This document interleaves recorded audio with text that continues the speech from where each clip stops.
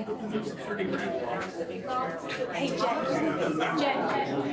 To do it right, though, it's better to do it right. And if you don't, you can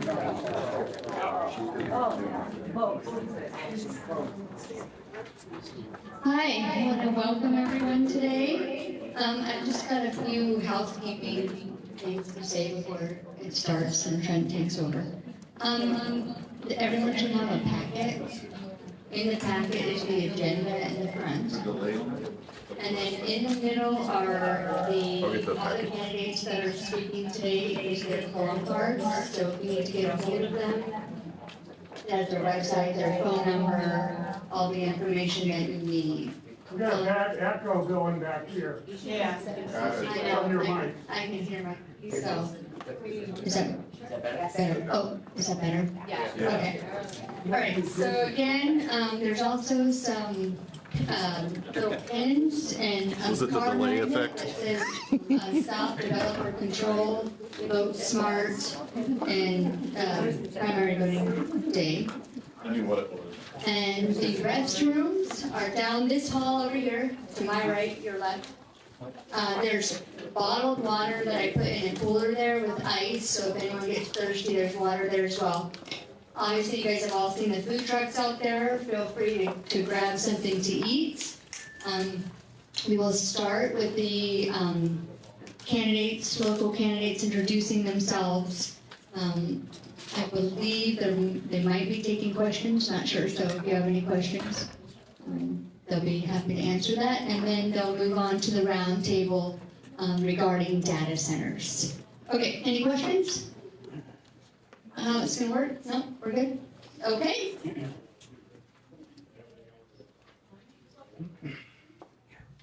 Hey everybody, my name is Trent Wayman with the America First Party of Florida. I would like to introduce at this time the chairman for the state party, John Arguello. Please give him a hand.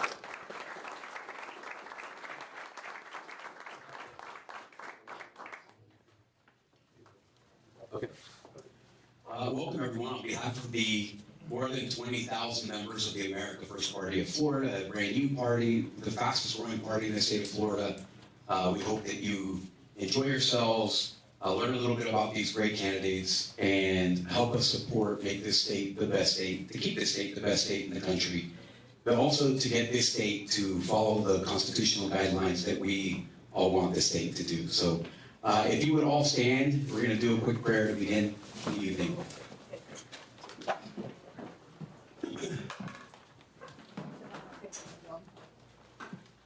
Lord, I come to you this evening not to ask for favors, but in a spirit of thanksgiving. We are so grateful to you for this country that we live in, for this state that we live in. We know that we are not achieving the best that we can to make you proud, but let us take this evening to commit to you that we will begin and continue to do our best until this country is a country that you can be proud of again. We commit to you this evening to be the people that make this country, that remind the citizens of this country of their founding, of the hard work, of the blood, sweat, and tears that made this country great, of all of the dedication that people have spent, generations of sacrifice, of care and love for you and for the people and for the American family. And we, this group of people, have the same responsibility to continue in that tradition. So Lord, please bless our journey as a nation, bless our journey as a state, bless our individual families, and these candidates here as they try to do their part to continue in a nation that makes you proud and that serves you well. In your Son's name, Jesus Christ, amen. Amen. Now we're going to do the Pledge of Allegiance. Where's our flag here? There's a lot of the flag. Red shirt.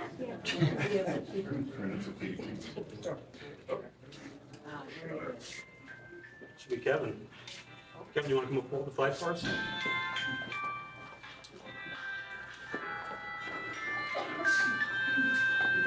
I pledge allegiance to the flag of the United States of America and to the republic for which it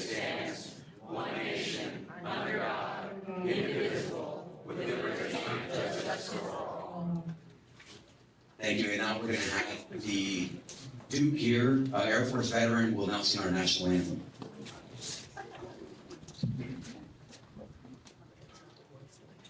Oh, say, can you see by the dawn's early light what so proudly we hailed at the twilight's last gleaming, whose broad stripes and bright stars through the perilous fight o'er the ramparts we watched were so gallantly streaming, and the rocket's red glare, the bombs bursting in air, gave proof through the night that our flag was still there.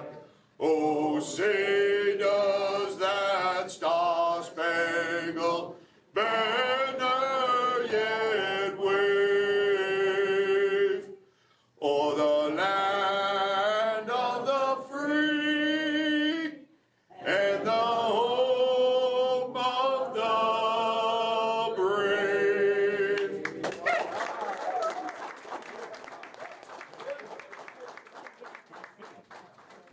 We did all that just. Please have a seat.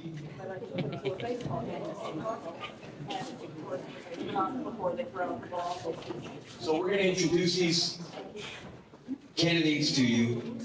And first what we're going to do is we're going to award them a label that the party has thought very deeply about. Obviously, the party would endorse candidates of its own, but because of its timing, we really had to pick candidates that represented the best of our nation right now, as opposed to the best just of one party.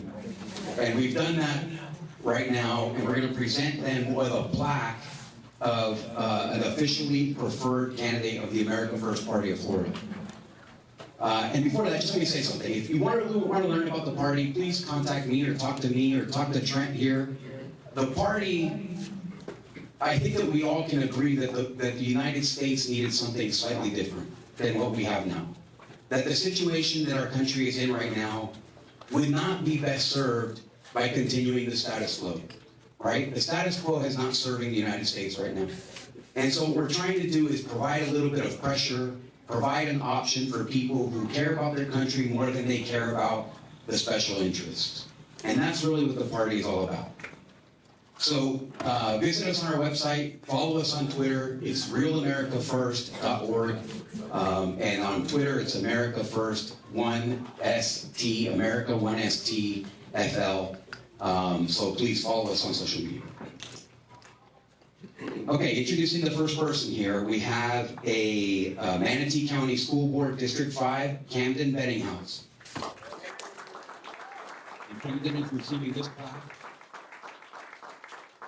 naming him as our preferred candidate for the America First Party of Florida. Congratulations.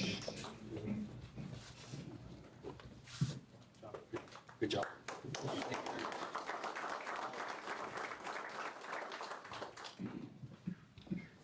Well, good afternoon, everybody. First of all, let's give a big hand to everyone who put this event on. Thank you to the America First Party of Florida. Thank you to Trent and Jennifer Wayman, and thank you to Inspiration Academy. Let's give them a hand, too. And thank all of you, America First Patriots, who came out today. Give yourselves a hand.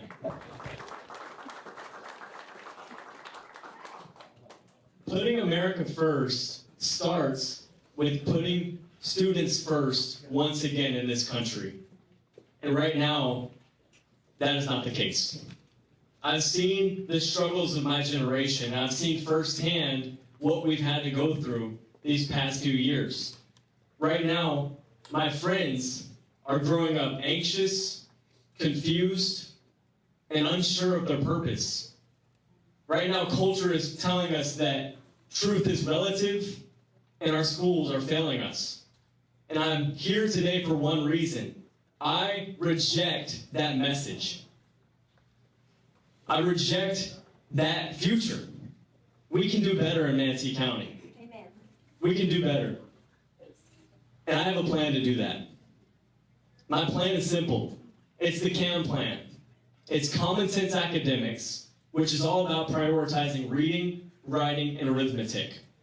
It's accountability and transparency, which is about giving parents their rights back and restoring 100% transparency in their child's education. And it's about mastery of real-world skills.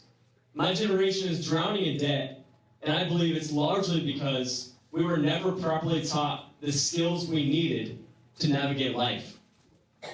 But I refuse to accept that.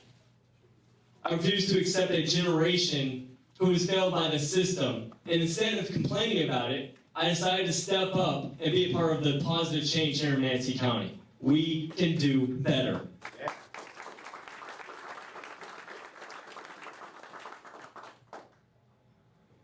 Our schools should teach students how to think, not what to think. Amen. Right? No student in Manatee County schools should feel ashamed of being American. That's right. No student in Manatee County schools should be subjected to destructive gender ideology. Amen. And no student in Manatee County schools should ever be given a political agenda over an education in Manatee County.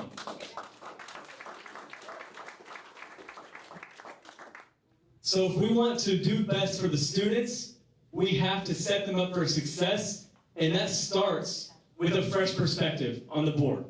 And that's what I'm bringing. I'm here to represent the students. I went through this system. I've seen the flaws. I know what students are going through because I just was one. I know what's going on.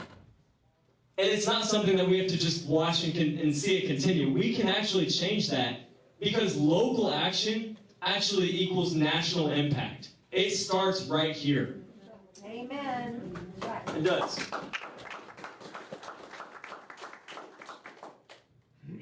And, you know, I get sometimes, maybe I'm too young to be in a position like this. I've heard that. No way. God chose you. Thank you. My answer is simple to that question. I value fresh perspectives. I value new perspectives. And if you look at this nation's history, it was young people who chose to step up when it mattered most. Thomas Jefferson was 33 at the signing of the Declaration of Independence. James Madison was 25. Come on, Cam. Alexander Hamilton was 21. Young men built this country, and it's time for young men to stand up and defend the future of it.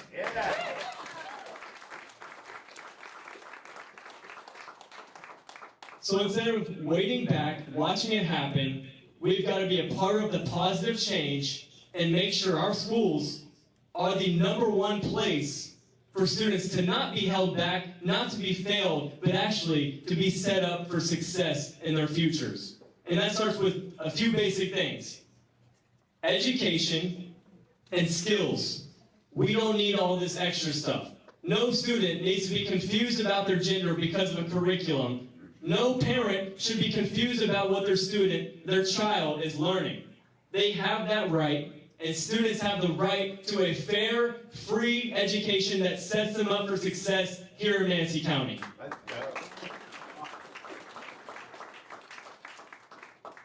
So I'm asking for your support, your help, your prayers, and ultimately your vote. Because I believe in a stronger, brighter future for the students in Manatee County. I believe it can happen today. And on August 18th, vote CAM if you want to see that happen. Thank you very much, everybody. I appreciate it. God bless all of you. God bless Manatee County, and God bless the United States of America. Thank you very much. As a former elected school board member, I don't envy the job that he's about to partake in. I wasn't as young as he is, however. Our next candidate is John Dunn. John is running for Manatee County Commission, District 1. John. Go John.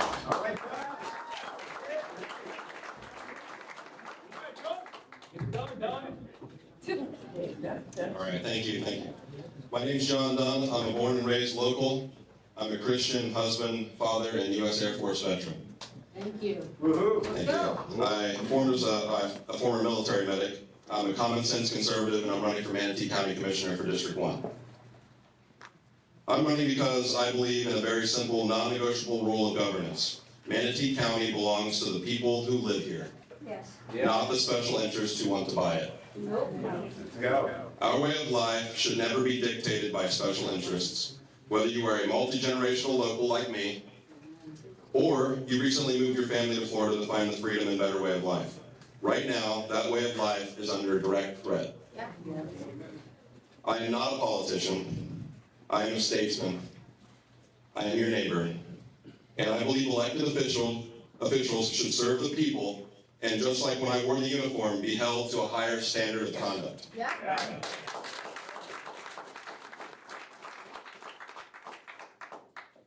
We are a constitutional republic, and the way our government is behaving is unacceptable. There's an old saying often attributed to Thomas Jefferson that in every great struggle, about a third of the people are on the right side, a third are on the wrong side, and a third are afraid to get involved. I'm not here for the sidelines. I'm here ready to stand up, speak out, and take our county back. Simply put, we are done being bullied. Yeah. Yes. Okay. Let's stand up for our rights, because that's what I plan on doing. I didn't decide to step into this arena because I wanted a political title. I decided to run because I'm sitting in the exact same traffic you are, watching the same green spaces disappear. I'm raising my children right here in Manatee County, and I refuse to sit back and watch special interests dismantle our home. Yeah. When I served as a military medic and a first responder, I learned a lesson that stays with you for your whole life. When a crisis hits, you don't stand on the sidelines and watch. You step forward, you take responsibility, and you fix it. Manatee County is at a turning point. We can either continue down the path of unchecked special interest greed, or we can choose common sense, disciplined stewardship. I am not for sale. This commission seat is not for sale. I am taking zero special interest campaign money. The future of your family is not for sale. Yeah. I am a born and raised local veteran, husband, father, and conservative leader who listens, who protects our natural resources, who will legally return governing power back to the citizens. I'm asking for your support, your prayers, and your vote. My name is John Dunn. I'm running for Manatee County Commissioner for District 1. Let's take our county back. Thank you, and God bless.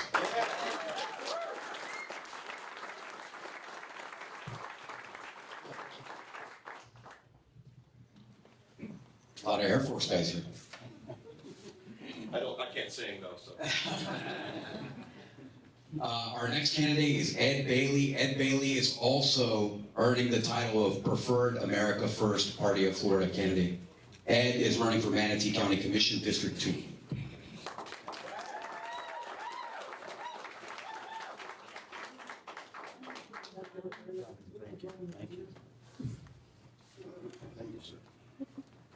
I'll give this to my mother. So, good afternoon, everybody. There we go. My name's Ed Bailey, Republican native Manatee County Commission, and that means a lot to me because I truly do believe that I am America first. Yes, sir. But I'm also Florida first, I'm Manatee County first, and more specifically, I am District 2 first. And right now, we are seeing a lot of talk about what it means to be America first. Well, I'm honored to say that I earned that plaque that I have. And we see a county commission who is not Manatee County first. I don't know if you guys know a guy by the name of Matt the Welder. But Matt always has a saying. He says, if you aren't willing to call out corruption in your own party, by definition, you cannot be America first, you cannot be Florida first, you cannot be Manatee County first. By definition, you are party first. Well, here in Manatee County, I don't know if you guys noticed, we have a different problem. We have commissioners that are developer first, that are special interest first. And they are looking to take our way of life that I grew up having here in Manatee County. Raise your hand if you believe Manatee County is going in the right direction. I will wait. Going once, going twice, no. We are seeing our way of life continue to deteriorate every single day. And we can see now it's an election year, things start to change, votes start to change, but I like to say this, a wolf in sheep's clothing is still a wolf. Amen. And if you believe that after this election, if things remain the way that they are on the board, that the developer-backed candidates are going to change their tune in 2027, you are greatly mistaken. This is our opportunity, like John Dunn said, to take our county back.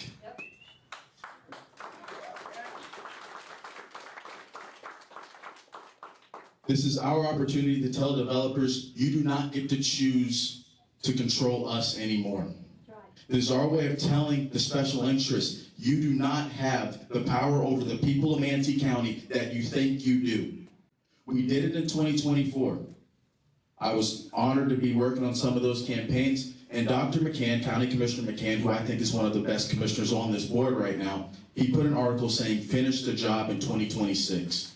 How many of you are ready to finish the job and end these developer-backed candidates in 2026? We have the opportunity to do that. You are going to hear from a lot of candidates today who, like us, are going through the same problems, facing the same issues because of the current county commissioners. When you see me on that board, you can guarantee that I'm going to make decisions that are going to be thought about 20, 30 years down the line, because I still plan on living here. I still plan on raising a family here, being raised just like I was, hopefully born in Manatee Memorial Hospital, just like I was. But unfortunately, we are not seeing that right now. It is actually a rare thing to have children who grow up in Manatee County and then stay in Manatee County. We are seeing a generation of leaders leave. They get their education and they're gone. In 10, 15 years, when you ask people where are they from, you'll hear less and less right here. We need to do better. We need to protect Manatee County residents. And we need to end this developer onslaught that we saw in 2020 and 2022. We need to end that 7 picture with Anthony Pedicini and all. Anybody who's on that flyer has to go. I'm sorry. If you were standing there behind Anthony Pedicini smiling, if you were caught sending text messages to him asking how I should vote on certain things, you need to go. And if you don't believe me, it's all public record. Nothing has changed. We need to make sure come August that we are going to do the right thing and end this nightmare once and for all. And if you stand with me, if you stand with that message, I ask you please go to electedwardbailey.com. You'll see a lot about me, asking for your donations, but more importantly, I'm asking for your vote. Thank you, God bless you, and God bless Manatee County.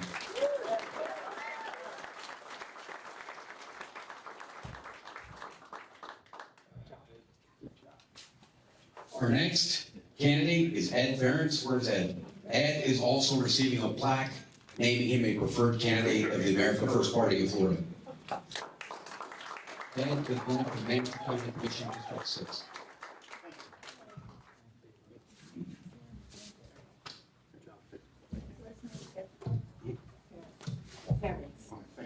Thank you very much. Good honor to be a preferred candidate for America First Group. America First, we have to take back our government. We need to control the government, and the government works for the people, not against the people. I'm an outdoorsman. I love fishing and hunting, and I was up on the Santa Fe one day, and I was sitting there, and it's drinking clear water. It's a strong current river that runs quick, and I was watching the fish. And as the fish would come, some of them would just slowly float down the river, let the current guide where they were going and control their destiny. Then you would see these other fish, and they just try and get up the river and paddle away, trying to make their own destiny. That's what we need in Manatee County. We need to take back the government and control our own destiny, because right now they want us to be them fish that float down the river with the current and not to fight it. And we need to fight it. We need to take it back. We need to get people in government which will not be sold out. Will not be sold out to special interests. We've got too many people doing the special interest right now. And I feel honored to be with this group of grassroots candidates. We've been running together for a while now, and everybody's heart's in the same place here. They want to give local government back to the people and serve the people. They don't want to sit up there and silence people like you've been getting silenced. And God gave us 2 ears and 1 mouth, for we could listen twice as much as we talk. And that's what we need to do. We need to listen to the people. And we need to make sound judgments for the best of this community. What we need and how we're going to grow. We need to plan for the future. Our number 1 problem in Manatee County is overdevelopment. We need to stop the growth, what we have. Not completely, but we need to control it, smart growth. Keep it within the FDAP. We have an FDAP because that keeps the urban sprawling out of the rural country, green cow pastures, and all of that. And if you allow urban sprawling, everybody don't live in Manatee County to have concrete and asphalt. Some people live here to have cattle and horses and ranchettes, and that's what we need to preserve. That recharges our aquifer too. Flat land in Florida, always when we get the rain, and the rain sits and it percolates down and recharges. We have too much growth, too many concrete roads, asphalt roads and concrete sidewalks and driveways. And we have runoff with our storm drain. The storm drain system runs right out to the creeks and bays, and we aren't recharging aquifer.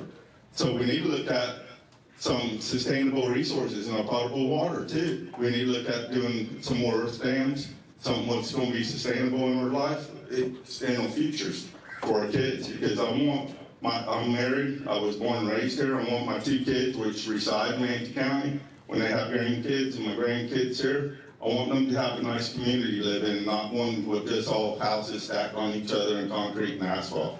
I want some of the country way of life still for them. I want to leave them a future. This is the whole reason I'm doing it. I worked for Manatee County government for 30 years. I was a utility manager, and when I hit my 30 years, I resigned my job to do this. I'm not a politician. I'm not one of the great speakers like these fine young men we got coming up. They amaze me every time they speak. I look and listen to them and say, man, I wish I was half as good as them. But what I do have, I know infrastructure. Like I said, I was a utility manager. I know water line service. I know all the utility system. I know roadways.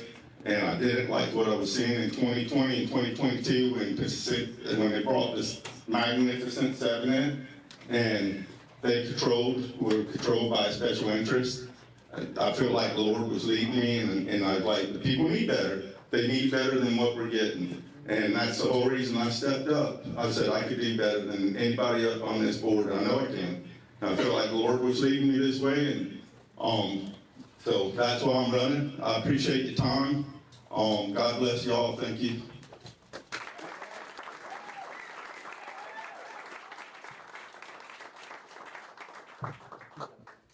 Thank you, Ed.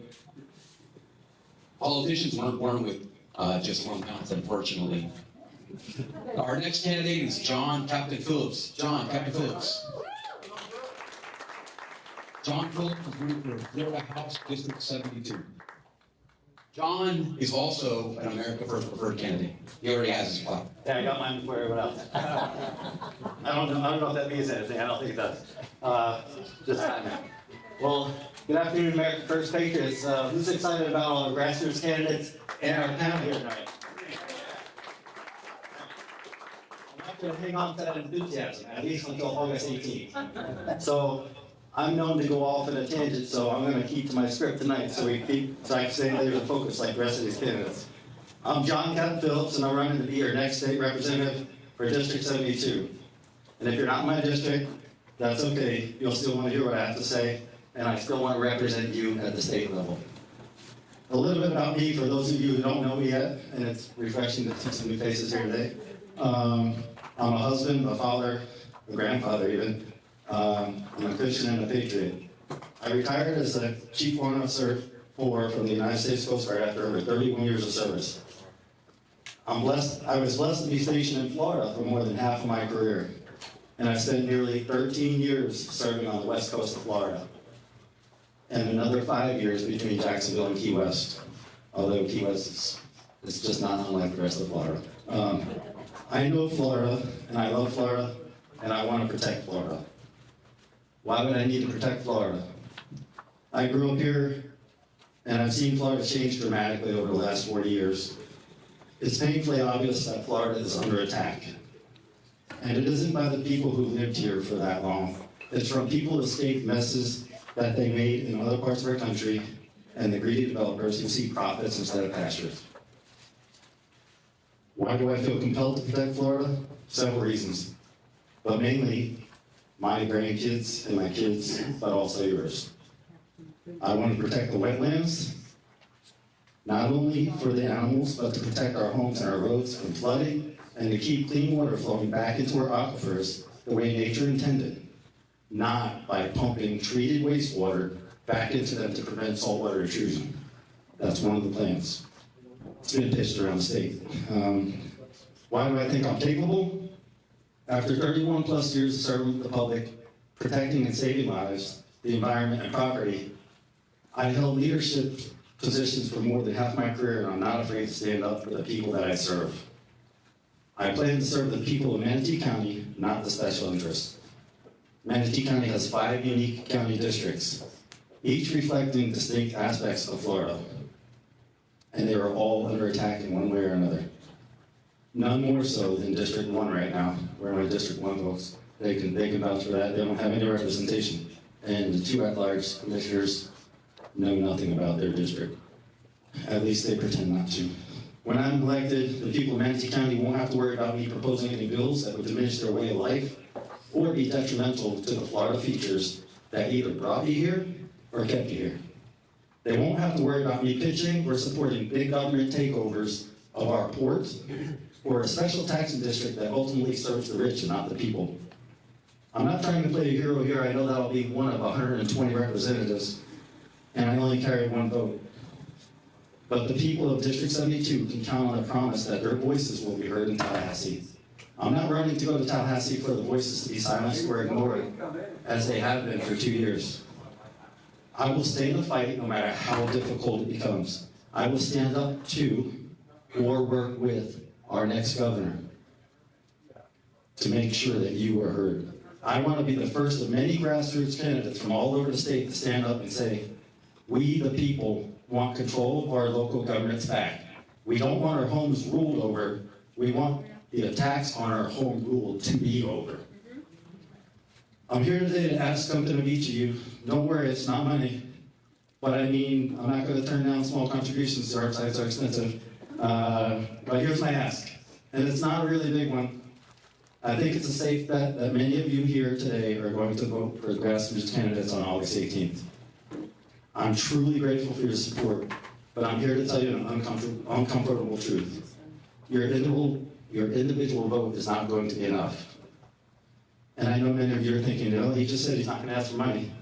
I'm still not. What I am going to ask of each of you, though, is to start the uncomfortable conversations with a neighbor, a friend, family. Tell them about all the issues that are going to be discussed here today, and get them to vote for grassroots candidates on August 18th. Together we can elect more grassroots candidates that are willing to stand up for we the people, and together we can make history by protecting Florida's future. If you'd like to learn more about my campaign, www.johnphillipsforhouse.com, and I thank you all for being here. God bless.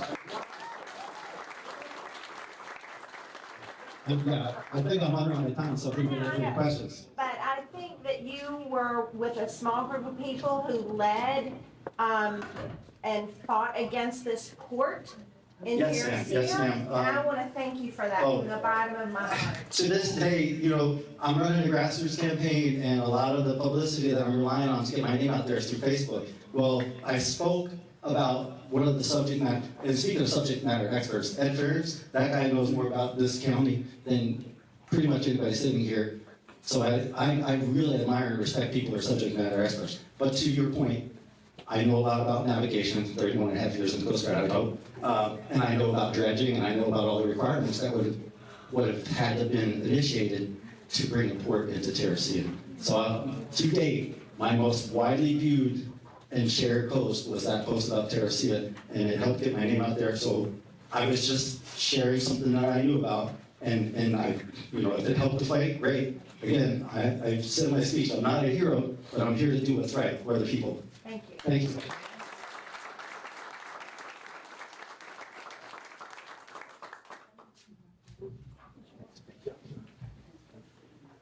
Okay, now we have another America First Party of Florida preferred candidate, Eddie. Eddie, come up here. He's also our host this evening. Eddie, you want to come?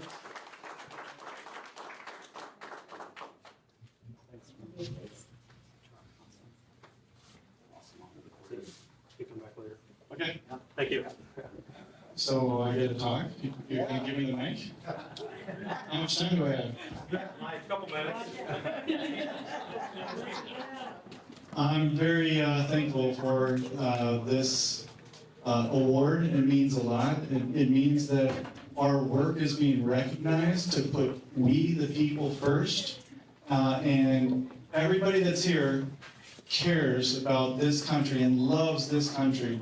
Otherwise, you wouldn't be here. So I just want to thank each person here for caring enough to pay attention, to recognize that we've got a problem here, and be willing to do your part, because it's not just one person, it's got to be all of us together. So thank you guys very much for being here, and thank you to the American First Party for this award and the recognition. I really appreciate it.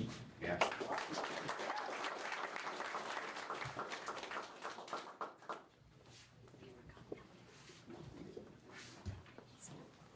Don't worry about me.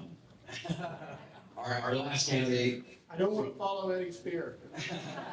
for this portion is Melton Little. Melton is also receiving a plaque naming him a preferred candidate of the American First Party of Florida. Melton is running for Florida House District 71.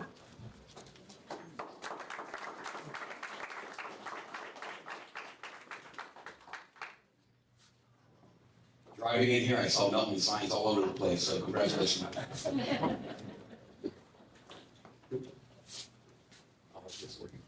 Do I need this? Can you guys hear me? Okay.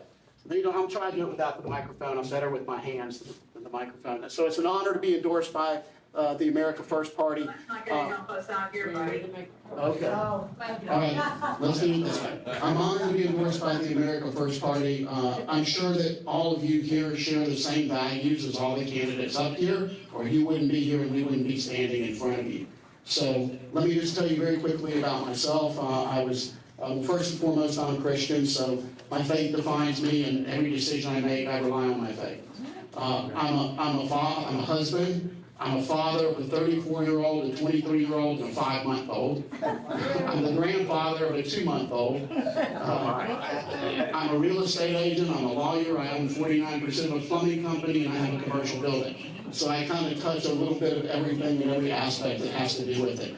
I'm proud to be up here with these candidates. I believe a rising tide floats all boats. And as we rise up as grassroots candidates, the water rises with us and it floats us all to the top. So I'm happy to be here. I am a native of Manatee County. I was born in the same hospital as Ed Bailey Jr. Unfortunately, it was not located in the same place because I'm a little bit older, just a tad. I want to tell you a couple of things about what I want to do when I want to get to Tallahassee. I'm not going to Tallahassee without an idea. I'm going up to Tallahassee with an agenda of what I think we need to help Florida become and stay the free state of Florida. So I'm only going to talk very quickly just about 3 bills that I'll propose in my first year. There are more. I get 5 and 1 revision bill, but I'm going to just touch on 3. Number 1 is I believe that if you work for the state of Florida, you should be able to take your gun with you to work. So long as you can prove that you won't shoot your foot off, we should not have state employees sitting in state offices waiting for some lunatic to come in and open fire, and they have 1 to 2 choices: cover under their desk or die. So that's a safety issue to me. That's issue number 1. Following up on Cam, issue number 2 for me is that if you look at the survey, 60% of Americans between 18 and 30 believe socialism is a better system.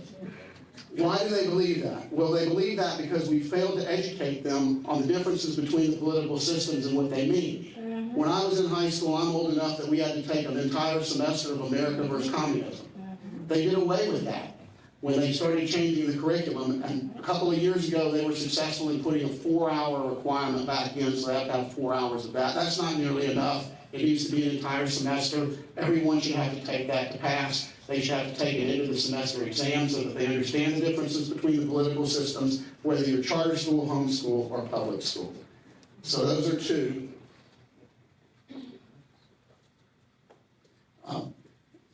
then also, we need to, in response to your question, we need to buy Rattlesnake Key. Enough is enough. We did get some good legislation that stopped it with the dredging requirements. Rattlesnake Key was on the board for the state of Florida to buy. The appraisal came back too high for the environmental department up in Tallahassee. Now I think the price will be a little more reasonable. So if we buy Rattlesnake Key, we will have Robinson Preserve, Emerson Point, and Rattlesnake Key, and we'll sort of have a buffer that keeps a little bit of the bay guaranteed forever for old Florida. So I have more ideas. I'm happy to talk to you about them. You can find me at meltonforhouse.com or on Facebook at Melton for House. And I have a video, I think it had 30,000 hits about the port in opposition to the port being built. And lastly, I want to say that decisions that affect and impact Manatee County and you as residents of Manatee County, you as residents of your cities, you as residents of your fire districts, the government that governs closest to the people governs the best. As Tallahassee tries to assume more and more power, the people that suffer from that gathering of power are the local people, the local governments, and your voice becomes more and more diluted. Because if all you have is an option to vote for your House members because the state of Florida, House and Senate are going to control everything anyway, the less options you have to have your input heard with your county commissioners, even your school board members, all the way down to mosquito control. So I'm proud to be up here as a grassroots candidate. You can drive around and see with our signs out, which are just coming out, and there's support out there for this group and this movement. Thank you all for being here. How you can help me is grab the sign on the way out. All the cool kids have them, so you might as well get one too. Right? And feel free to take a brochure.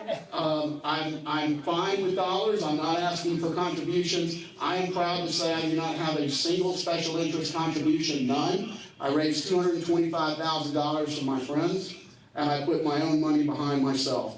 So we're working hard, and with you guys helping, we'll get there.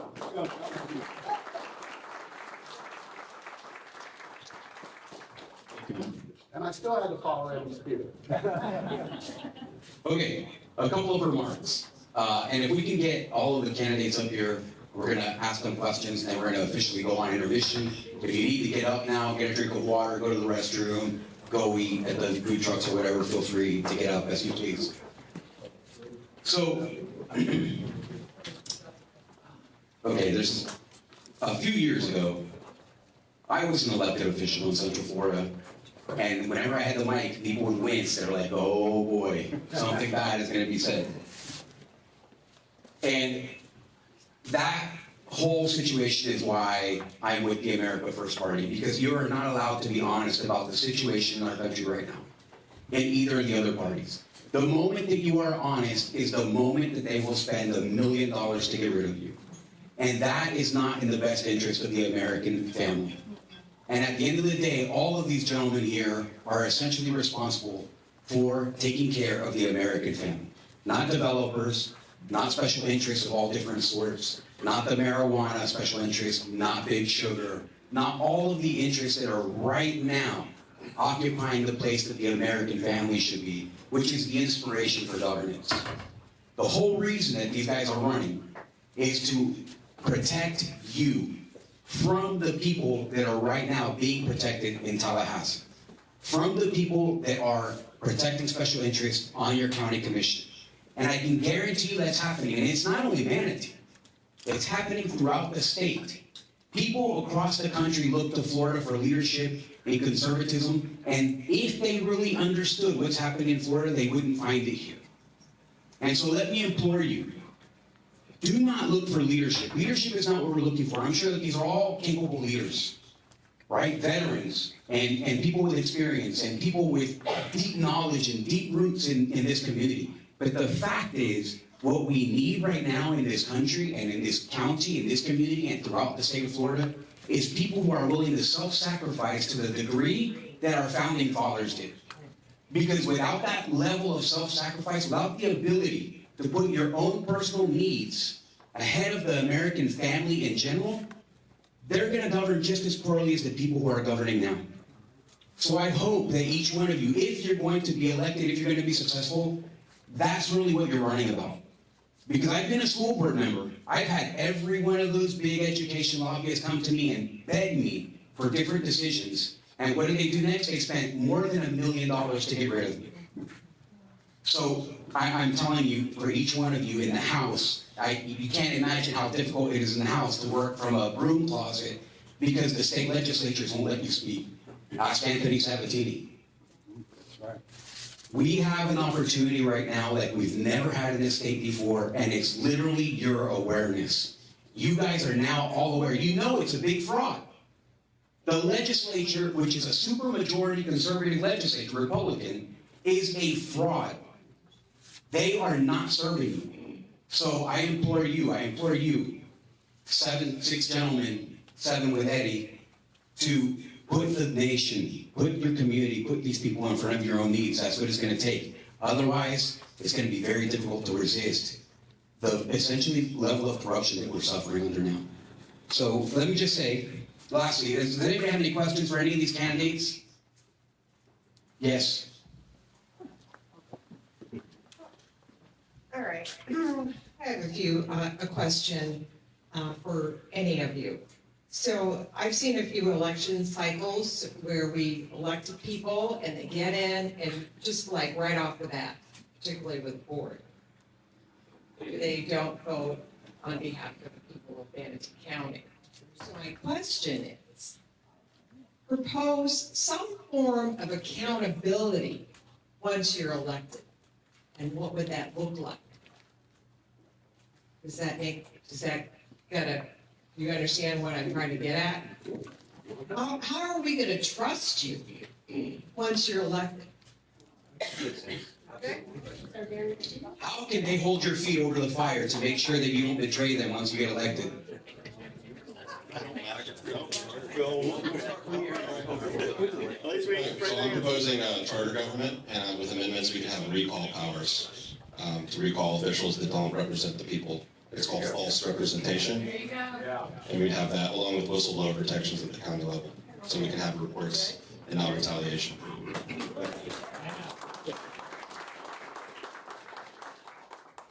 So on the school board, I plan on having parents have their rights back, and that starts with the transparency dashboard that I'm going to be bringing forward and hoping to get done to make sure they know everything that's going on in the curriculum, and the supplemental programs that are being used, instructional materials, and of course, what their students are actually learning in the classroom. That way, it's not just me on the board, it's the parents who get to decide what their children are learning. We have to have that transparency back.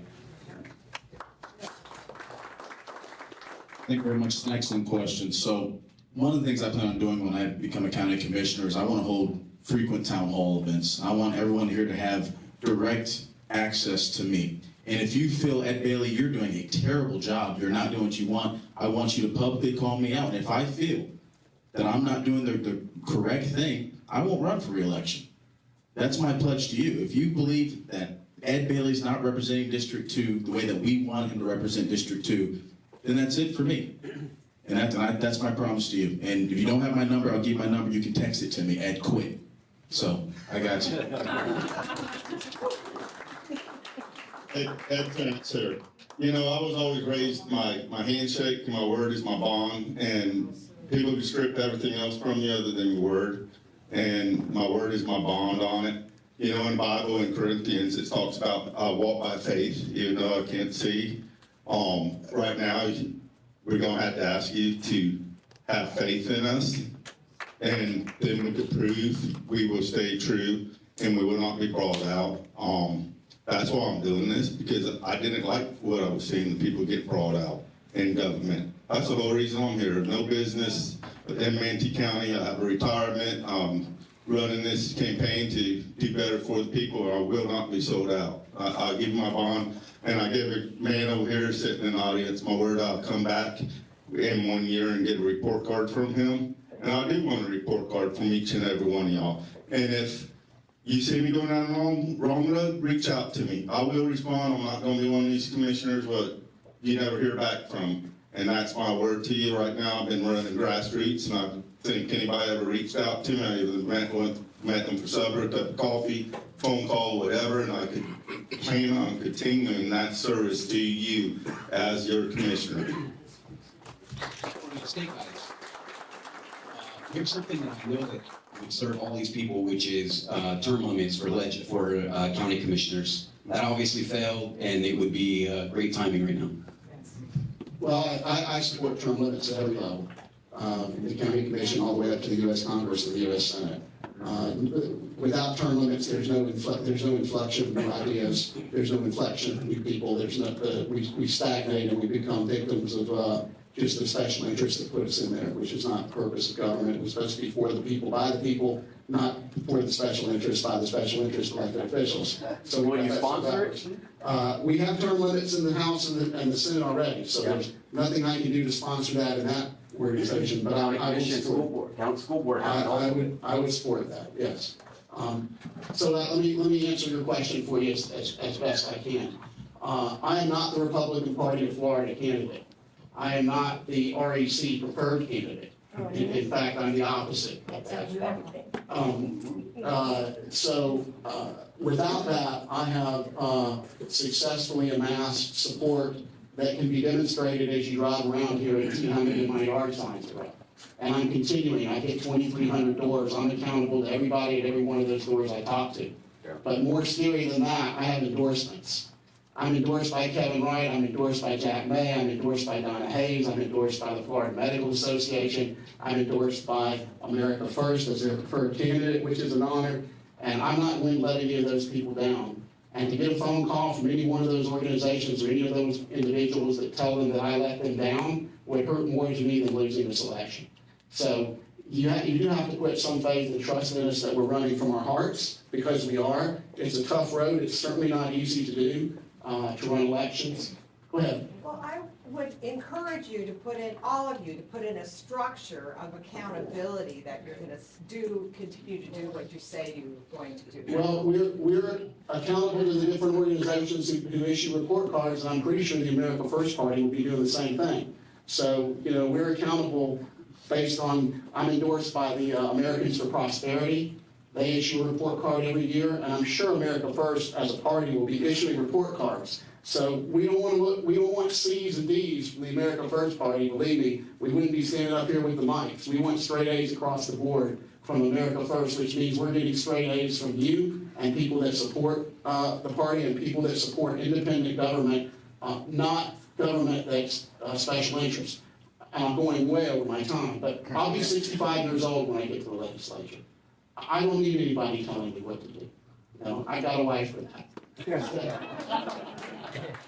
I'm not running for the Senate. I'm going to stop the process of 8 in the House, 8 in the Senate from Bradenton County. I'll be 72 years old if I'm fortunate enough to serve 8 years in the House. I have a life plan. It's called coming home, retiring, and taking my child and my grandchild to 2nd grade. So for that reason, I think, from my perspective, I will do what I say I'm going to do. All right, what was the question again? No, just kidding, seriously. I absolutely support term limits across every state level and county level position. As far as letting any of those people down and all the answers that were given are all great answers, but 31 years of service in the United States Coast Guard, I adhere to the values of honor, respect, and devotion to duty. Well, that's just changed my duty to the devotion to the people, which will, as a state representative, be my duty. But above all, I would not give my word to the people and get elected and then have my family see me as somebody who turned their backs on the people and let them down. That would be the biggest disappointment for me personally. My family, I come from a long line of public servants, and my family has continued in public service. My son-in-law is a detective in Manatee County Sheriff's. My wife is an educator in DeSoto County. Principal. You'll see more from her later. She's much more eloquent and better speaker than I am. I have 2 daughters that are also serving in the Coast Guard. One of them is active duty and the other one is reserve. I have a stepson who's a firefighter, East Manatee. I've got one of the daughters is also a nurse. She just graduated nursing school. And then my 3rd daughter is an educator in Hillsborough County. So long history of public service. This job pays about $29,000 a year. I am not in it for the money, and I don't have any ties to multi-million-dollar corporations that I'm going to owe any favors when I get there. The only favors I will owe is to you, the people who put me there, and I will represent you as I promised earlier. Your voices will be heard in Tallahassee. Now, whether that's from a broom closet, the basement, it doesn't matter to me. I don't know how much you folks know about the Coast Guard, but I joined in 1994.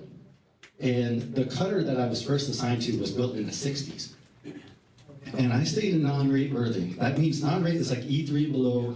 Non-rate berthing, you're in a rack of 3 guys this high in a tight little cubby in the corner. Put me in the closet, because you're not going to silence my voice or the voice of empty kind of people.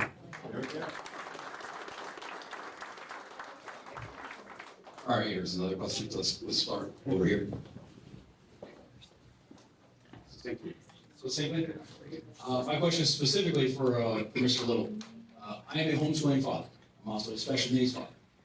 As a conservative Christian veteran, I take great issue with the idea that someone in your race is going to be imposing mandatory testing for homeschooling families on any sort of curriculum, whether it's a good idea or not. Communism versus capitalism, like I'm a free market capitalist.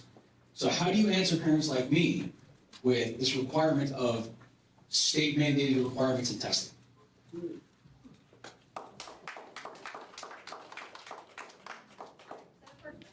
Well, I'm certainly willing to listen to anything that's in opposition to what I think or what I say before I go up and propose something. So that's step one. I'm certainly willing to listen to you. I'm certainly willing to listen to your concerns and see how you think that affects you. Part of what happens in Tallahassee is we get people who pass laws and they don't have any sense of what's going to happen when the laws get to the ground and how they actually affect people. So I'm happy to listen to you, and I'm happy to give you my card, and you can email me, and I'm happy to have a discussion with you about that.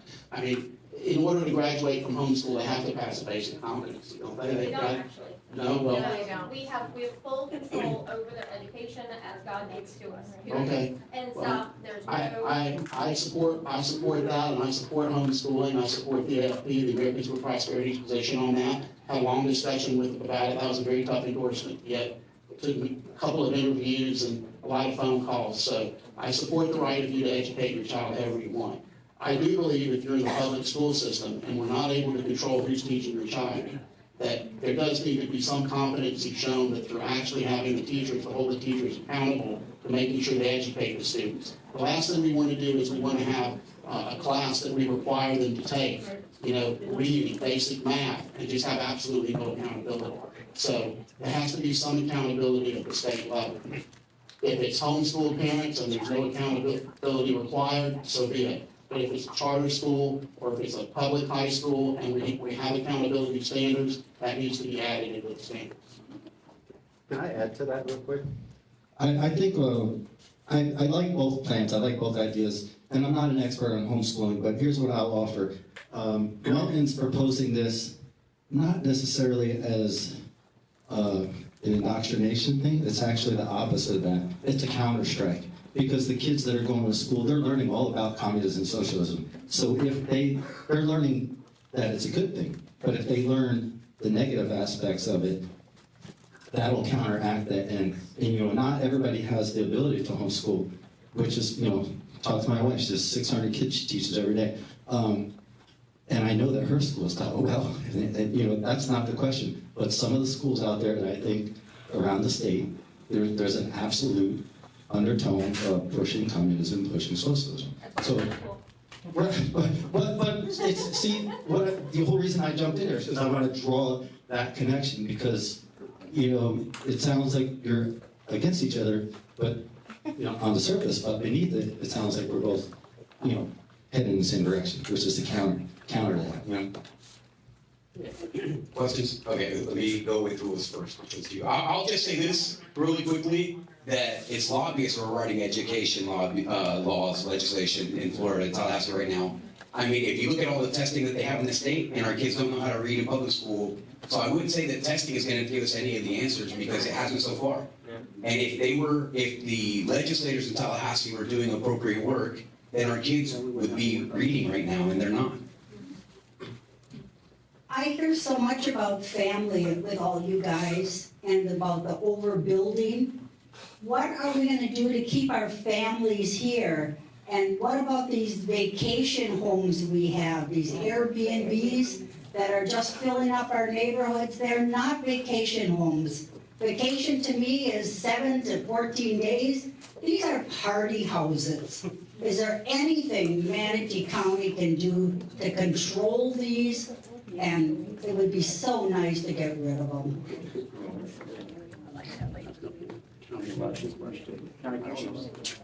As far as the party homes, I think most of them are we talking about out on the island. I know that's going on in the Ripon now. We live on the Whitfield Estates, right by the golf course. All right. And we've got 2 of them across the street from us, one down the road. They come in and they just party Friday, Saturday night, and then leave a mess, cars all over, and they're gone. All right. And next weekend it's the same. Yes, ma'am. All right, I didn't know if you were talking about the island, because I know they ripped down all the old homes on the island, and they putting these 3, 4-story homes in and renting them out and partying. And as far as the commissioner, we don't rule because they have their own municipalities out there on the island, so I want to make sure that clarified. But as far as in the county, we could put some ordinances where we don't allow the short-term rentals and different rules under them. That's what I would say to do, because I have heard that from other people too, that they leave all the trash out there on the side of the road when they leave. So I have heard other concerned citizens about it. So we could look at it and vet it and put in maybe where you don't allow the short-term rentals like that. I wish they would have a website or something we can go in. Half of them aren't even registered as that, so you're not even getting your money that they're supposed to be paying, you know, for the tax that they're supposed to be paying. They do it, they've got their ways of getting around it.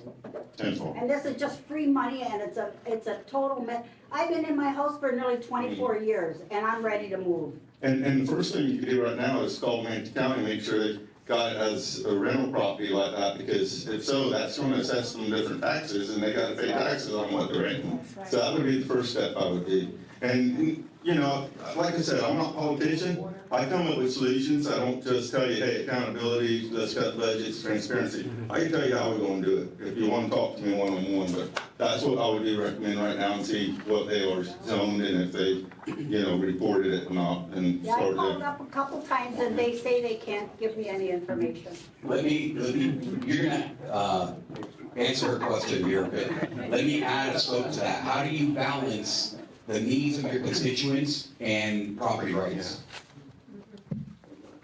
Yeah, so what Mr. Ferentz was saying, of course, those are all great solutions. One of the things we have to look at, we have to make sure we are, you know, I'm a capitalist, I understand people want to make money, we have to make sure they're going the right way. It's the same thing with overdevelopment. You have people that develop, but you have the Pat Neals, Cosmo Roofs of the group who don't do it the right way. So I would love to have a conversation with you, go out and tour the area and see, and then, you know, me and Ed, we can go and look into do that for you as of make sure that the houses, one, they're allowed to do it. When I worked at the county for a year, there's actually a story. There was somebody who was running a small commercial property in the back of their home, and they had semi-trucks driving through this private road, and it was tearing up the asphalt. Well, Dr. McCann and I, we did all the research. We found out it wasn't allowed, so we shut it down because it was not zoned the right way. So we can have that conversation. I'll be happy to help you with any solution that I can to make sure your way of life is not deterred by somebody who probably doesn't even live in Manatee County. Because that's what we've also seen. These people buy these homes, they do not live here, they live in California, they live in Denver, but they rent them, and that's how they don't have to pay the taxes that you were talking about. So we will go through a deep dive with you, I'll be happy to, just to make sure that if there is an I that isn't dotted or a T that isn't crossed, we'll get you, we'll take it to the county commission. Yes, ma'am. Yeah, I got a two-parter here for you guys. Number one, how can we undo SB 180 to restore home rule while also retiring the word burdensome from tree protections? And also, do you guys believe it's important to keep Port Authority with the citizens of Manatee, or let Carlos take it over for his private company? I can't remember the House bill that was, actually the Senate bill that was proposed this last legislative period, but I can tell you that my opponent's response to why nothing was done with SB 180 this last go around, there was a bill proposed and it was presented, then it went to a committee, that wasn't gonna sit again before the legislative year was over. So his response to the question or the concern that nothing was done with it this last legislative session was, that's unfortunate. Hopefully we can get to it next session. Well, hopefully he won't be there next session. But as far as the port goes, again, this goes back to my opponent. He actually proposed the bill. It was House Bill 4073 to hand the port of Manatee County to, special interest basically, with one county representative on the board. Okay, 5-1 or 6-1 vote, 4-1 vote, whatever the county commission or whatever the new commission was made up. I think it was 5. So you get a 4-1 vote every time, and that's if the county commissioner is, standing up for the people. So how we get that back on the bill, we elect grassroots candidates like Melvin and myself, and we get a team of them across the state. And there are several other House candidates right now that are grassroots. I've been following them all and trying to get to know them so that when we get up there, it's not just me and Melvin stuck in the basement. So there's that avenue to try to bring back the bill that was gonna, get burdensome and restrictive out of that language, which, every bill that's written, the name of the bill, House Bill, Senate Bill 180 is emergencies. It's a bait and switch. And we're seeing this with every other bill that was passed this last legislative period. So that's my answer, is we bring that bill back to the floor, next legislative session, and we don't give BS excuses like it's unfortunate we didn't get to it, and we don't allow it to be passed to a committee that's not going to be seated again. I hope that answers your question. So the two-part question is SB 180 and its port, right?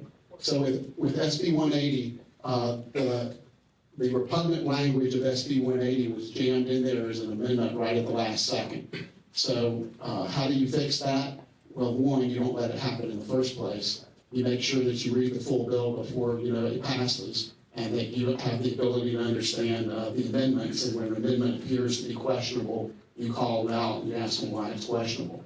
I think that we had a good legislative delegation in Manatee County. I'm a big fan of Will Robinson, whose seat I'm running for. I think he did a lot more for Manatee County than we'll ever know. He was very quiet in what he did. He played for the name on the front of the jersey, not the name on the back.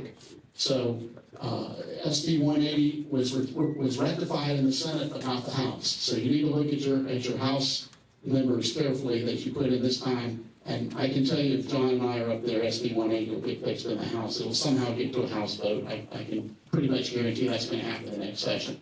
On the port issue, it's important to understand, everybody in the room, I don't know if you understood what happened, but what happened was Representative Connolly filed a bill that said that the Port Authority, which is now controlled by the County Commission, who sits in two hats, the County Commission, and they also sit as the Port Authority, both. The Port Authority should be taken out of the control of the County Commission and should be placed in the control of a board of directors appointed by the governor. That bill did not survive because of the intermingling and conflict between what was happening with the cruise port and that bill at the same time. Otherwise, there was a pretty good chance that bill might have gotten through. That bill was pulled because incoming Senate President Jim Boyd and Representative Robinson told Representative Connolly to pull that bill. So he pulled it. But I would not be surprised to see that happen again, which is again the importance of this election. We are 67 different counties in Florida, and when the House is voting, they aren't from Manatee County. They're from Dade, they're from Broward, they're from Pensacola. So we need representatives who can stand up and make Manatee great again, which is what my shirt says. But we need representatives that can stand up and say, wait, this is my county. I'm going to tell you why this is not good for my county, right? And I have if you go to my website, and I know John had one too, I have a 4-point Terracea Bay protection plan that I put out there. But we need to ensure that we have the government that's closest to the people governing the people. So if you allow something like that to happen, and the Port Authority does something that you think is just awful, you have no redress. Other than, right now, you have a redress of coming to your county commissioner and saying, why did you vote for that? And you can voice, and you can exercise your opinion at the ballot box. But if you let the state continue to take control of these issues one by one, very slowly, soon the county commission won't be anything but a figurehead. And that's the importance of these elections. That's why John's running, that's why I'm running, that's why many candidates across the state are running, and that's why we have groups like America First that make us preferred candidates, because their foresight sees the direction that the state of Florida is going. And if we don't do something about it, we'll be the state of Florida running everything without the local boards having any say whatsoever. I won't be redundant on everything we hit, but a couple things. These two guys are how you get it fixed right here. We need representatives up in the state for the people, because Bill's not representing you. He wrote the bill to do the charters, but no charters. We already talked about it. We need to keep operating under our direction how we did. The other thing is, I personally asked Bill at Manatee Patriots, it's recorded, you go back, watch it. What's your plans on Senate Bill 180? Can you gonna do an amendment to it, fix it? And he ran around the politician way on it. And he said, basically, you were there, Glenn, and he said, someone else will write an amendment bill for it and put it in. I'm working on other bills. Well, one was the charter, so how great's that? I know you want to talk, John, but this is how we fix it. You know, they get in, and if they get enough support, they could amend it and put another bill up there. Either that, or it's going to time out in 2027. But I know Ed wants to talk to her about it here, so I'm going to pass it. We all want to yeah, well, I promised Captain Phillips I'd take one shot at his opponent, so this is my time. But one of the things that people don't know is the cruise port isn't even in Connerly's district. Right. This is orders that he got from his handlers. And they're the same handlers that are controlling the county commission. Because let's not forget, the way this started was it was a vote. First of all, the meeting was first canceled. And then Dr. McCann, because he was canceled, went out of town. Then they put up this pop session meeting of, we're going to do this one vote at the seaport where they don't allow people to go out there and speak. They don't allow it to be recorded. And they thought they had it. They thought all they needed was 4 votes to take away the seaport. It failed 3-3. So what did they do? They wrote, in fact, Chairman Ron of the seaport, Glenn's opponent, he went to the delegation and said, well, we couldn't do it on our end. How about you guys do it for us? So what happens then? The governor appoints people, and we know Ron DeSantis makes great appointments. Look at that supervisor of elections race that he had last time. But he was going to have his people put in place, and that's really Carlos's people put in place, because they wanted what we saw. They wanted all this control over anything that's to do with Manatee County. They don't want to give it to us, the people. And as far as SB 180 goes, I always tell people, SB 180 would not have been a problem if on October 5th, 2023, 5 commissioners did not vote to gut the wetland buffers. Who were those 5 commissioners? Amanda Ballard, Mike Ron, Jason Bearden. Go ahead, call them out. You guys know them better than me. I only know those 2. That's what I'm focused on. George voted against it. But he's KVO. Turner. KVO Turner. It's just, I won't say it's over. But that's what we are seeing right now. These are people who are constantly trying to find a way to interject themselves into our lives to try and take over another aspect of our government. And that is just not going to happen, especially if we get Melton and John Phillips into the House of Representatives. That's 2 more votes. Ed Bailey. All right, so really quick. I think that these food truck guys are going to be really sad if nobody buys anything to eat. Let me remind you, do them the favor. And I'll also say this, just from my experience. These guys are not the answer. These guys are the tool. You guys are the answer. If you elect them, if you do all the work now, if you elect these guys and you send these guys over there, they will be alone on an island, and I guarantee you they will break every promise to you because they have no choice. They won't have any power. They won't have. He gets to write 5 bills. They won't get anything through committee. They'll tell him no. They'll be like, go back and tell all those people that you made all those promises to that you're a liar. And they'll let him die on this word that he brought to the House. So if you guys don't follow him up there, if you don't follow Captain Phillips up there, and fight along with them and remind everyone who surrounds them, then they'll think that they're just like anybody else. Why are we going to listen to this freshman representative coming here telling anything? You just go back to your broom closet. Go back to your rack. You guys aren't gonna accomplish anything. You're gonna be just like every other idealistic person who made the sacrifice, fought hard, got elected, and accomplished nothing. So you guys have to follow. The term is not theirs, the term is yours.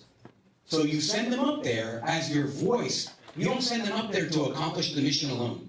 So you guys, the mission begins when they get elected. And that mission is all of yours together as a community. So it doesn't matter whether it's county commissioner, school board, or anything else.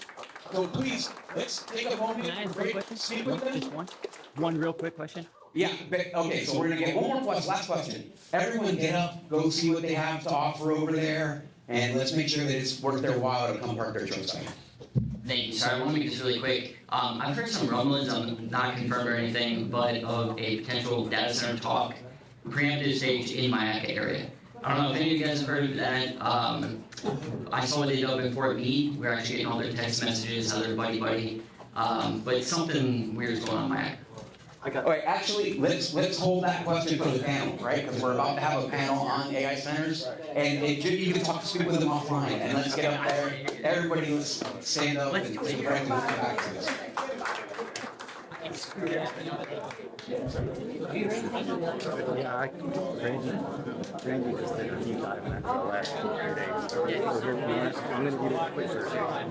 Structure, about sanctioning, about rezoning, wetlands, about our safety and health. But these are not decisions that unilaterally need to be left to our board, and unfortunately, that's what's happening today. When developers are coming in for these AI data centers, they're directly going to the board. Our community collective voice is not being heard, decisions are being made, and it's impacting us on a large scale. It's not just about water, it's not just about power. All of those things are super important, but we're also talking about our health. And so when those conversations are coming to the table, it's important that we play a part. And I am, my husband says that I'm obsessed. I am obsessed. I'm a principal. I have 600 children in DeSoto County. And we just approved if it were built today, the largest data center on the planet. And it's super shady, there's a whole lot out there, but it's up right now. There are 6 other applications for future data centers, some that rival the size. It's 4 gigawatts, and that's really hard for us to put it into perspective. Maybe through some of our conversations we will, but the only other one is like 6 gigawatts, so even after full completion, it's still going to be the 5th largest data center draining on our agriculture property in DeSoto County, potentially running cooling systems, potentially pushing nitrates and formaldehyde into our aquifer. Guys, it's about us, and these people are making decisions, so their voice is important because that's who we're electing. But you have to be knowledgeable about this information. So I am honored to be here tonight. I'm extremely passionate about that. And I just want to leave with you guys that we have to take responsibility for this. So I want to make sure that we frame the 3 things that we're talking about this evening, because there are different types of data centers. So you have a traditional data center. So if you're streaming things, if you're saving things to the cloud, if you're online banking, online shopping, all of those things, it's significant, but it's manageable, those data centers. Then we have our AI data centers, which is why this big push has come, because the evolution of AI has pushed us far and fast. The AI data centers, they don't just store data, it trains artificial intelligence, requires specialized hardware that generates extreme heat, which requires millions of gallons of water daily to cool, enough electricity to power a large or even a small city daily. We're talking tens of millions of gallons of water being utilized daily, not yearly. Fresh water. And the AI trained inside those walls determines what information you see, what content gets suppressed, and increasingly what ideas are allowed to be spread. We also have a fusion center, which we're not really talking about today, but that really is the government intelligence sharing facility where federal and state, local agencies pull their surveillance data, so there will be a little bit of conversation about that. Location tracking, social media monitoring, financial records, license plate readers, all of those things. So that's also a form of the data center. So this infrastructure wants to come in, they want to come into your county, they want to drain your resources, they want to drain your power grid, and tonight we're going to talk about what that means and what we're going to do about it. So I want to go ahead and introduce our panelists. Our first individual is Keegan Mingy, and she is here to open this conversation the way it deserves to be opened, not with policy, but with people and personal experiences. See, she's sounding the alarm on what AI can do and has done, and the problem, the impact that it's having on our culture, our children, our identity, and frankly, our humanity. So please welcome Keegan.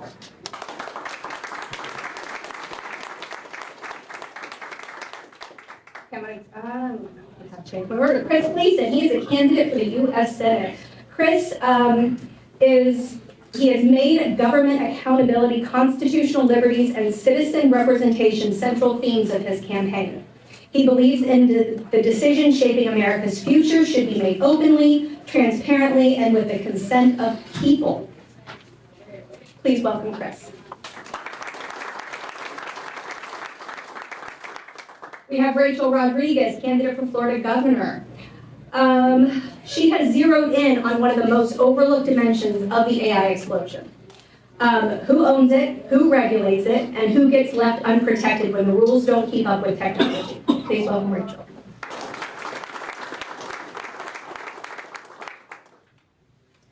Now to Eddie. Eddie is a candidate for Congress for our 16th district and a man who believes America should lead the world in technology on our terms, with our values, and with our citizens protected. He's not anti-AI, he's pro-America. Please welcome Eddie. Bobby Williams, candidate for Florida governor. He has a message that it's simple and uncompromising. Florida first. He believes that Florida's land, water, power, and sovereignty exist to serve Florida families, not corporations, not federal agencies, and not foreign interests. Please welcome Bobby. And we have Dr. Frank College, who is running for candidate for our Chief Financial Officer for Florida. He brings a financial and analytical perspective to some of the biggest challenges facing our state. He's focused on fiscal responsibility, government transparency, and ensuring taxpayers understand the true costs and long-term impacts of major public and private development projects. Let's welcome Dr. College. And last but not least, we have Tim Ritchie. He is our Florida Citizen Water Czar, and that name is so true to who he is. He works tirelessly as an environmental advocate who knows exactly what AI data center infrastructure means for Florida, but for our Florida's most precious resource, which is our water. He's been fighting this fight longer than most people know the fight even existed. Please welcome Tim. So we're going to start by giving each candidate about 60 seconds just to do a brief introduction of themselves. Hi, my name is Keegan Mingy. I'm from a small town in Illinois. I moved to Florida about 2 years ago. I'm speaking today on the cultural harm of AI and how it can affect people. Hi, my name is Chris Gleason. I'm running for the United States Senate. I am a pioneer in technology and probably one of big tech's greatest critics. I'm also very, very fond of government accountability and following the money. Go ahead. Good afternoon, I'm Rachel Rodriguez. I'm coming up from West Palm Beach, where I live with my family and I practice law, so please don't hold that against me now that I'm also trying to be a politician. But I feel very strongly that we need to have character and leadership, and we need to reorient how we look at everything regarding leadership. It must be servant leadership, just as Christ served us. Hi, my name is Eddie Spear, and many of you guys know me, but for those who don't, I'm running for Congress in Florida's 16th Congressional District. Thank you. And So I'm an entrepreneur. A lot of people recognize that I started a software company and won many awards for the software company for the phenomenal amount of growth that we were able to achieve. So I understand what it takes to make this country great and the American ingenuity that's unleashed through free markets. And I've also started a school, the school that we're in right now, Inspiration Academy, and understood the limitations of technology where it can hurt people. So how do we parse this out? I think I'm in a unique position for such a time as this to speak into this debate and this discussion along with these great people here. Thank you all. Bobby Williams, running for Florida governor. My message is very simple. Florida is full. And that's just not from regular development, it's from AI development. You know, another thing I say is do not New York my Florida.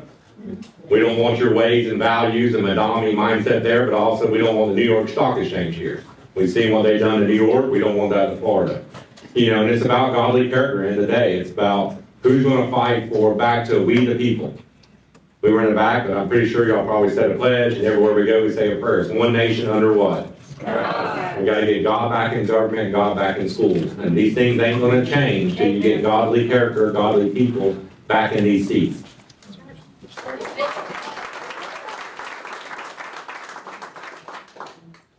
I'm Dr. Frank College. I'm running for Florida's Chief Financial Officer. I'm a disabled veteran from, I served in Iraq and Afghanistan.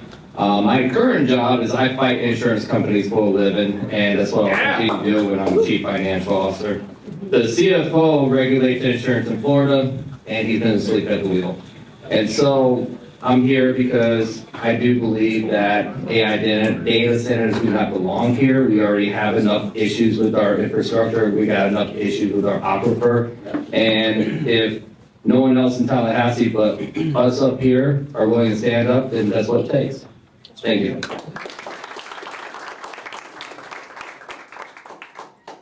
Good afternoon, everybody. My name is Tim Ritchie, and I am a Citizen Water Czar. I'm also known as the founder and president of March Against Mosaic. I've spent the last 8 years exposing what Mosaic has been doing to the state of Florida, but mainly their water use consumption. We have a real problem in Florida, and we are in a stage 3 drought. SwiftMud has made that announcement. We have Mosaic, who has multiple water use permits that are allowed to take up to 70 million gallons per day. Whoa. So with all the development we've had cities and counties put on restriction regarding watering their lawns. These AI data centers use far more water than they are professing or telling any of us. We just don't have enough information, but hopefully this afternoon you guys will have a lot more information. Thank you, Governor. Thank you all so much for being here. I tell you, I got to spend some time with them in the back, and the cohesiveness and we're not going to start with data. We're going to start with the stories. Because before we talk about water consumption and regulatory frameworks and power grids, we need to talk about why any of this matters on the human level, right? What is this doing to us as a society, as a community, and most importantly to our children? What are we trying to pass on to the next generation? Cultural integrity is the ability of a community to preserve its values, its faith, its identity, and its history. It's not guaranteed. It has to be actively defended. And right now, it's under a huge form of assault that most parents aren't even aware of. I'm going to turn it over to Keegan Mingy so she can share those words with us. Hi, my name is Keegan Mingy. I came here to speak today about the cultural harm that AI has on people. AI has been a big part of my life for about 30 years now. AI was invented in 1956. It just keeps growing bigger and bigger. You can't go on any social media platform without seeing something that was made of AI. You can't get into your car without AI, watching TV without AI. AI is the new generation. I was introduced to AI May 1st, 2023, when my life was completely flipped upside down. I was very new to AI. I didn't really know what it was. It was very new. I remember sitting in class, May 1st, first period, hearing a rumor that news were going around. Didn't really quite know what. I don't send news. That's been something that never crossed my mind, especially in 8th grade. I remember sitting in class texting my mom, hey, there's news of me out there. I don't know how they got out there, because that was something I never sent. Now in a small town, everyone knows everyone. My mom was like, okay, I'm gonna go text this kid's parent, find out what's going on. Not about a couple hours later, we get a call from the principal. There had been a boy that had taken social media posts of me from Snapchat, Instagram, TikTok, any platform that you can find images of, put it into an AI app that had shipped me of my clothes. It was posted, sold all over the internet. When he got caught, we had been advised to get an attorney. The attorney had advised us then to, at the time, our best option was to get an order of protection. The order of protection went into place May 17th. We later then meet with the state's attorney a couple weeks later, who then told us that this is a 14-year-old innocent boy, that what harm could he do? I remember sitting in that room with the state's attorney, looking her in the eyes and say, so if he goes out and rapes someone, you're not going to punish him for that? This was a crime that needed to get punished, but since AI was relevantly new to the standard, there wasn't much loss. August 14th, the trial came into place. He got 2 years court supervision, and I got a year-long order of protection. This also left me with years of therapy, long life trauma that affects me still to every day. I am here today to speak up for people that have yet not been able to find their voice, and it needs to get a change, and AI needs to be controlled.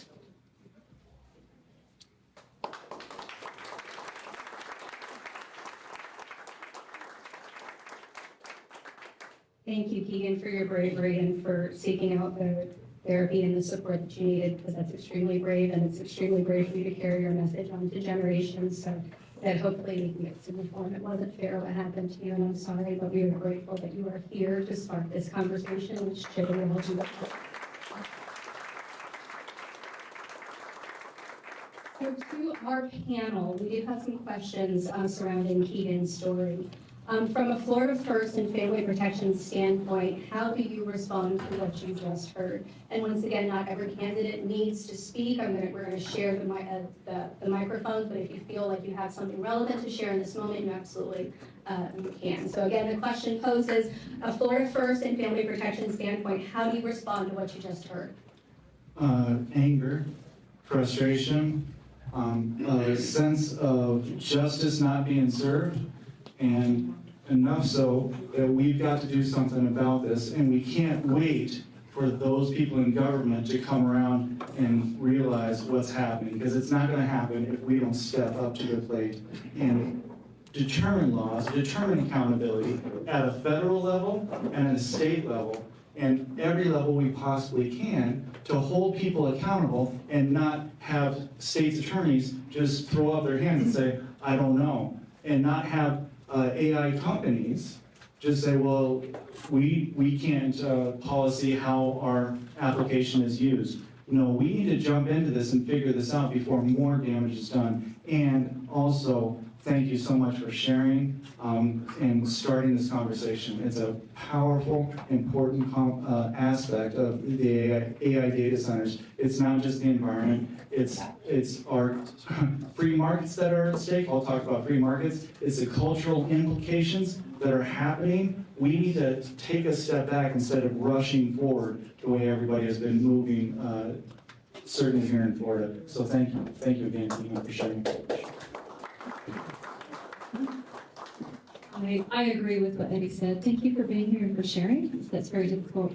And I want to apologize on behalf of my profession, because we can be awful. A lot of the wrong that's in the world, I'm going to be honest with you, you look behind it and there's an attorney there. We have an obligation, a moral obligation to use our profession for righteous aspects, for protection of the people and the individual. And that should have happened for you. I also want to say that this story raises for me something very important that's beyond the AI, and that is, where does responsibility lie? The child, he was a child, but he clearly wasn't innocent, and he knew what he was doing, should have been policed by his parents. And if the parents needed assistance by the broader family and the community, where there is a demand for something, there will always be a supply. And so where there's a demand for wicked acts with any kind of technology or anything, there will be a supply. I have a daughter, and I can't imagine that happening to her. And what I would say to a boy, to the family of a boy who tried to do that. But where we have to stand firm, we have to self-govern, and we have to say, we are not going to increase or allow demand for things that should not be. And that's how you starve out the supply.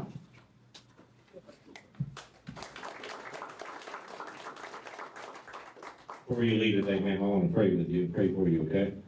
Awesome boldness, braveness to come up here and say the stories, because I know all of us in life have some kind of hurts and pains, and we know it's hard to do that. But with God, it's impossible, and you put Him first to do that. But I agree with the attorney over here. I like getting that. It's funny because we sat in the back, really, she talked about it earlier, we sat in the back, and we are governor candidates, but we're not in competition with each other. We're both we're running a race, and we're not in competition. This is who we are, and we're not arguing, fighting. We actually, even though she's an attorney, we agreed on a lot of stuff in the back. Like I said, we pick and make fun of each other. And anyhow, but no, it's about accountability. So, as our government, if we want to get back to we the people, when do we the people ever have a voice? And obviously we see the government, what kind of voice they have. They don't stand up for us. They fight for big corporations every day. They don't fight for us. And, we've had the war on drugs for how many years now? How's that worked out for us? And if I remember right, I thought pornography was illegal, especially with minors. And what they did on her is pretty much a form of pornography. So where's accountability for these corporations? I don't care how they access. He accessed that in Florida. There should be some kind of regulation somewhere where this nudist pornography shouldn't be available on your phone. They can do anything. They can regulate everything that they can keep us out of politics and keep us, silence us during elections. So you tell me you ain't got the ability to silence pornography? Till you get governors and people in this state, every seat, Congress, CFO, whatever we're up here running for, that are righteousness. My message across the state is Matthew 7:16, to know them by their fruit. If they're not willing to fight for people, they're really not fight for God, it's not going to change. Because our problem is not Republican, Democrat, it's not government, public. Our fight is good versus evil. And we got to have good people in these seats to fight for us, to fight against these big corporations, which in the end of the day are evil. Thank you. You're never going to find anybody who hates big tech more than me. They've done terrible things to me, my family, people I know. One of the problems with big tech is that they have a bunch of attorneys, present company excluded, who draft legislation and exemptions and these things called terms and conditions. And nobody ever reads the terms and conditions. And even if you do read the terms and conditions, the companies don't follow them themselves. We've seen this. We saw this. Myself, I was digitally assassinated by Facebook back in 2014 for the first time, and then for good in 2018. And big tech, what they did is they hid behind this thing called Section 230. And they say, oh, well, no, we're a platform, so you can't hold us accountable for the things that go on the platform. But yet, what they will do is they will digitally assassinate somebody based on their political opinion. As a matter of fact, a friend of mine, he had asked me to be part of his case, and his case went to the United States Supreme Court the very week that Facebook and other big tech deplatformed a sitting United States president. And so we have to hold big tech accountable. And, you know, AI is just another vector of big tech that is advancing quickly, and it's their own model. It's their own business model. Move fast and break things. And I'm sorry that they broke you, but you know what? You will be stronger, and you will be a better person, because God will use everything for good. Amen. Keegan, sorry that you had to go through that, and thank you for sharing your story. As a father of 2 teenage daughters, I can tell you exactly what I would want to do. And I got some land, and I promise you, yeah. Anyways. Alligator teeth, right? That's right. I got a little bit of swampland in the backyard. We'll take care of that. Anyways, technology is much faster than the law, but I think the state failed you, and I'm sorry that you went through that. And I think that we need to hold people accountable. I remember growing up, and I got my butt whipped so many times in Walmart. You don't see that anymore, because people, even kids, are not being held accountable. Whatever happened to accountability? And so I know everyone up here is all for accountability, and that's why we're here. So again, thank you for sharing your story. I'm sorry you went through that, and again, the state failed you.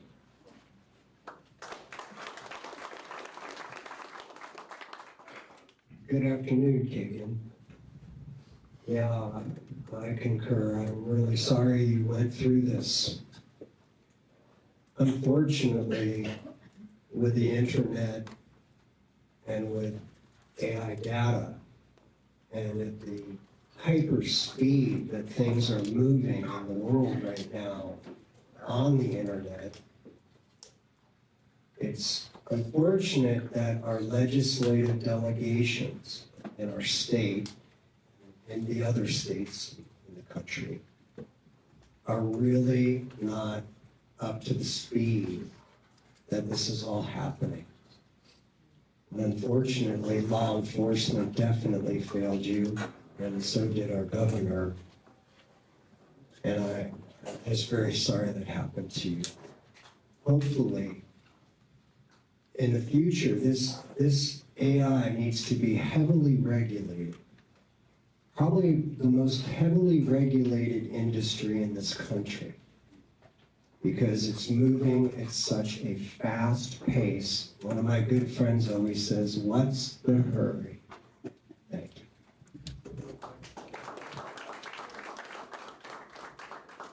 Just real quick, I do want to say, I hear that tech moves faster than the law. Let's not use that as an excuse. These laws, what's lacking is the political courage and the political will to do something about it. These same things have been happening with pornography laws, with social media, and even before that with big data. That was the predecessor to big tech. We could have handled these things before. What's lacking is the political courage to do something about it. How long ago did that happen to you? Happened about 3 years ago. 3 years ago it happened? 2023. Has any laws changed 3 years ago to fight against that? There's a couple acts, but not Yeah, really. exactly. So that's my point. Yeah. You don't have government fighting for the people. They're fighting for big tech. No, and these are our children, and it's super important that they're protected. Everything that Keegan just described requires an enormous physical infrastructure to operate. That infrastructure has to be pulled, so we are going to segue into water and environmental concerns. A single large AI data center can consume 3 to 5 million gallons of water per day for cooling per day. Florida is water rich, but that abundance is not infinite, and it's not free. Our springs are stressed, our aquifers are under pressure, our agricultural communities, our wildlife, and our families all compete for the same finite resource, and now corporations are arriving with permits at hand, promising jobs and tax revenue, ready to draw down what belongs to all of us. Tim Ritchie has been on the front lines of this Florida water fight for years. He knows who the players are, how the permits work, and what is actually at stake. So I want to invite Tim to take just a few minutes to talk to us about what is happening to Florida Water and what the arrival of AI data center infrastructure means for this state and this community. Thank you, Brandy. Well, we're going to talk about Sam Altman's 1/15th of a teaspoon. That's how much water the average single interaction with ChatGPT uses, according to Sam Altman. So if you, every time you make an inquiry, make a prompt, like for instance, can I substitute lime for lemon? Can you help me write a better book report? Can you help me, is the sky blue? Why? Every time, that's one drop of water. And when you hear that these data centers are using 2.5 to 5 million gallons of water per day, so let's just take 2 data centers. Fort Meade, for example, and DeSoto County. Now, if they're both using 5 million gallons a day, let me share this with you. Remember, I told you I did a lot of work against Mosaic Fertilizer phosphate mining. And Mosaic Fertilizer has water use permits, WUP permits. They can pull up to 70 million gallons a day, at peak times 89 million gallons a day, and they do, daily.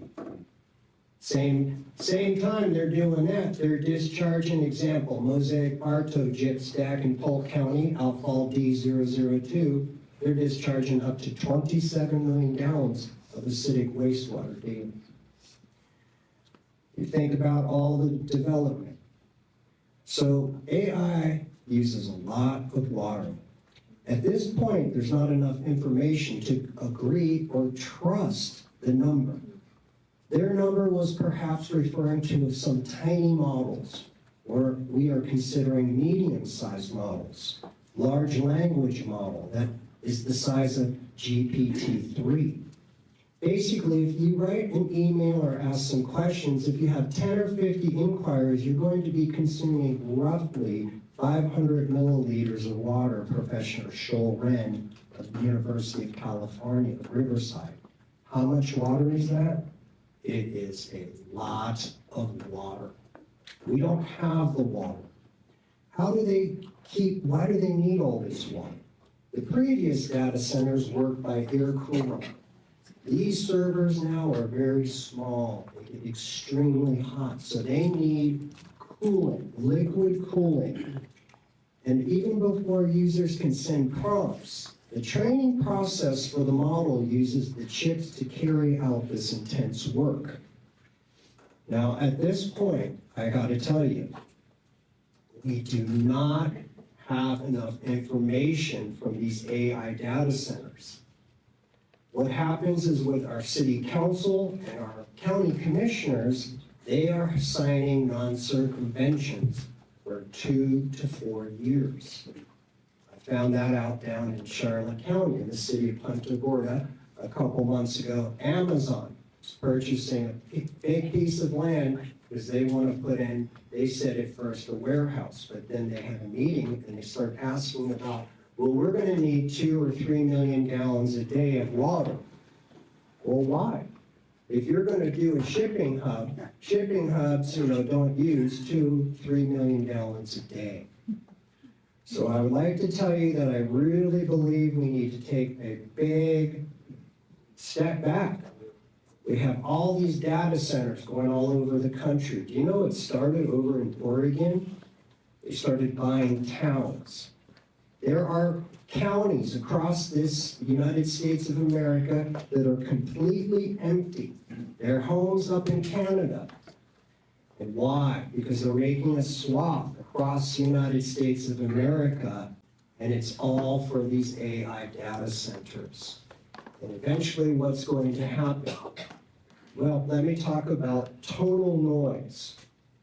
Total noise is not a noise you can hear. You feel the vibration from the frequencies. It is very harmful to humans, animals, and plants. Our government is in charge of water, air, and land. That's what they govern. And at this moment, I want to tell you, I think Florida should make a moratorium on banning all AI data centers. AI data centers should be far, far away from any communities. They definitely shouldn't be putting one out in DeSoto County. They're building a natural gas pipeline that goes through 3 or 4 states. Understand why? Because they're going to need a lot of power to operate. I hope some of this helps you all, and I'm looking forward to more of our discussion. Thank you. Thank you, Tim. You are definitely the authority. So when the team was back there and we were kind of talking about some of these issues, I think collectively they felt that Rachel had a very good perspective. So she's just going to take a couple of seconds to speak before we go into our actual questions. Thank you, Randy. Yeah, basically we were talking about all the things. There's so much to discuss. The 2 hours that we're here is really packed, and it's not even going to unpack all of the issues that I'm sure the questions all of you have. But one of the things I think, for me at least, and I don't know if you feel this way, but if there's something new and it has some threats, we know that there has been harm from it, or that it's simply, as some of us have said, it's outpacing our understanding or our ability to regulate properly. That can become very overwhelming, and then it shuts us down, and we don't want to address it. And so what I think we're doing today, what we're trying to frame here, is not the end of the discussion, but a beginning point. And this is an empowerment through knowledge. Many of us here have thought deeply on these subjects, or we are experts in particular areas of technology and so forth. Law, I wouldn't consider myself an expert in the law, but I've studied a little bit. And to be able to unpack some of these things so that when you come away from here, our hope is that you feel that some of the enormity of the issue has been brought into manageable pieces, and also that it sparks your interest to research certain areas further, and also to take this to your officials at the local level and even at the state level and federal level, and be asking the pertinent questions that matter to the people. So that's a lot of what we're doing today, and I think we're going to go over more pieces, but it goes everywhere from a national security issue. Why are these data centers so large? Is it really about Claude that I use in my law firm, or is it ChatGPT, or is this about the surveillance state? Should we be afraid of the surveillance state, or are there things we can do? Are there things the state of Florida can do?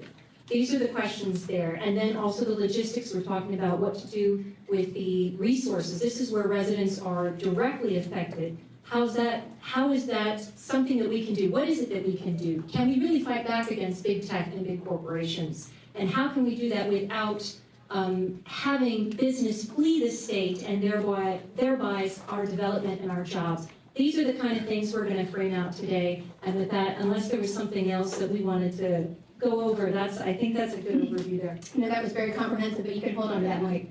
So this question is for our 2 governor candidates. What executive tools exist to protect water from corporate extraction at this scale, and what would you do on day 1? So we do have water management districts across the state. Y'all probably know down here you're aware of Southwest Florida Waste Management, Water Management.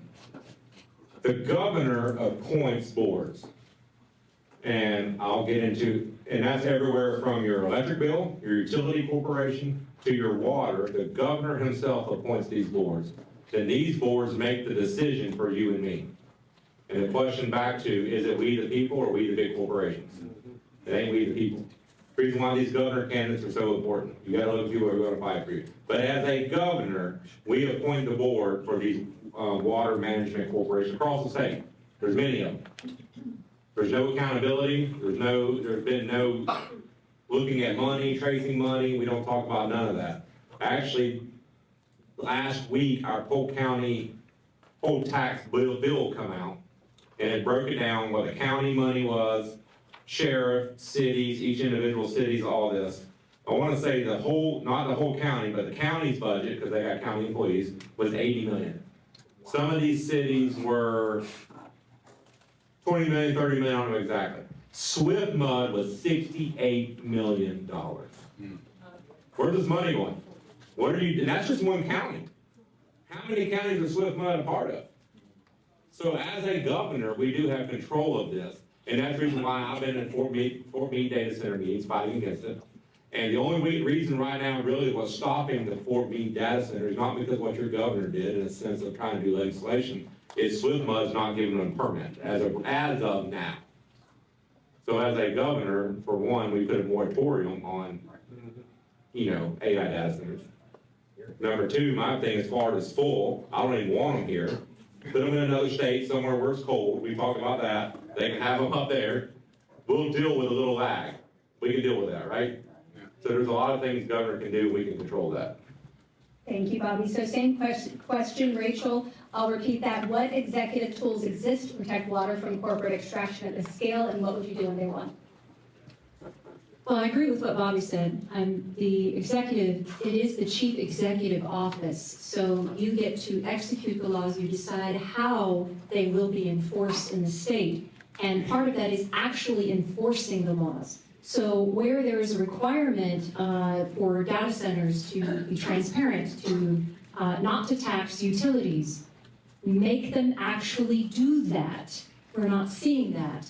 Additionally, I think that the governor's office can partner with the local municipalities where the people are calling out for change and for transparency. Loxahatchee is I think it's Project Tango is what it's called down there, the AI data center that's been slated down there. And I went to the meeting and there were about 600 people from the area there.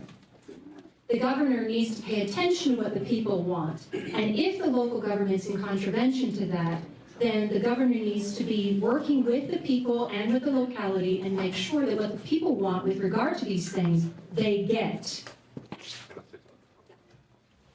Just to piggyback on what she said, just to let you know the information. The governor can pull city commissioners, county commissioners out of their seats. So like a perfect example, if the city of Fort Meade or the city she's talking about, if they're not listening to we the people, and we can see they're not listening to we the people not doing right, we as governors can pull them out of their seat. That's something we can't do. We have that jurisdiction, enforcement.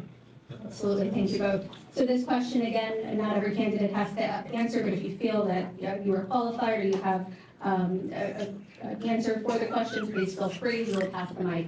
How does water security connect to national security? And what should Congress be doing to protect state water resources? And so, especially with national security, I'll jump on that one, but I gotta explain something here first. I'm gonna go back to Dr. Fauci, because we can't just forget about what happened there and why it happened. It was a manufactured crisis to test tyranny. Do you understand that? That's what was happening. And right now, the same thing is happening. It's a manufactured crisis to try to push tyranny further than it's gone before, than Fauci could have pushed it. Does that make sense? And understand the affordable housing canard plays into this.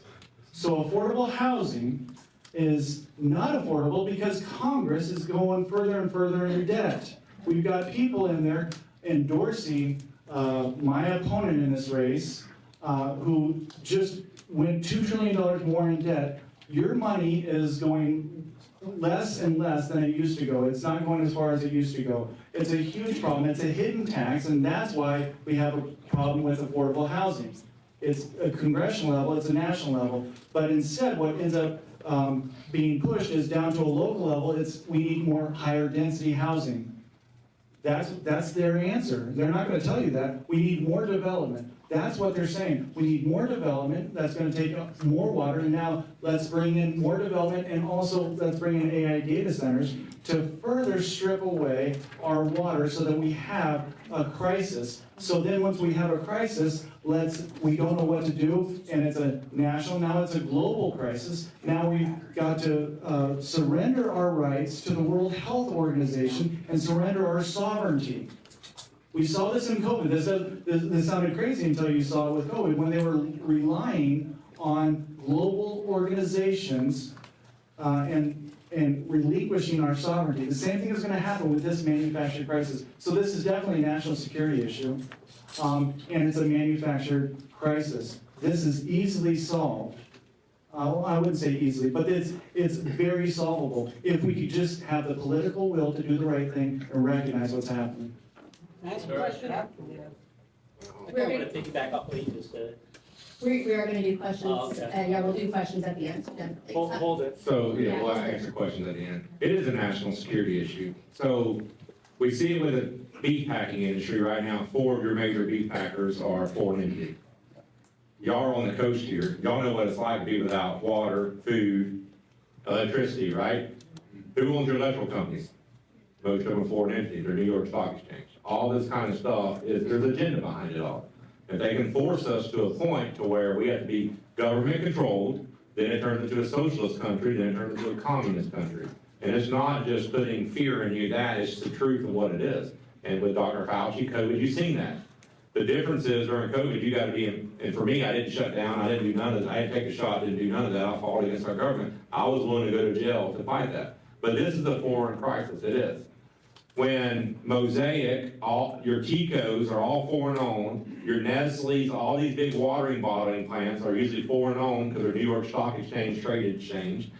When they can pump as much water as they want, and me and you as a citizen are regulated, can't even water our grass, there's an issue, there's a problem. And it is a foreign issue and a foreign problem.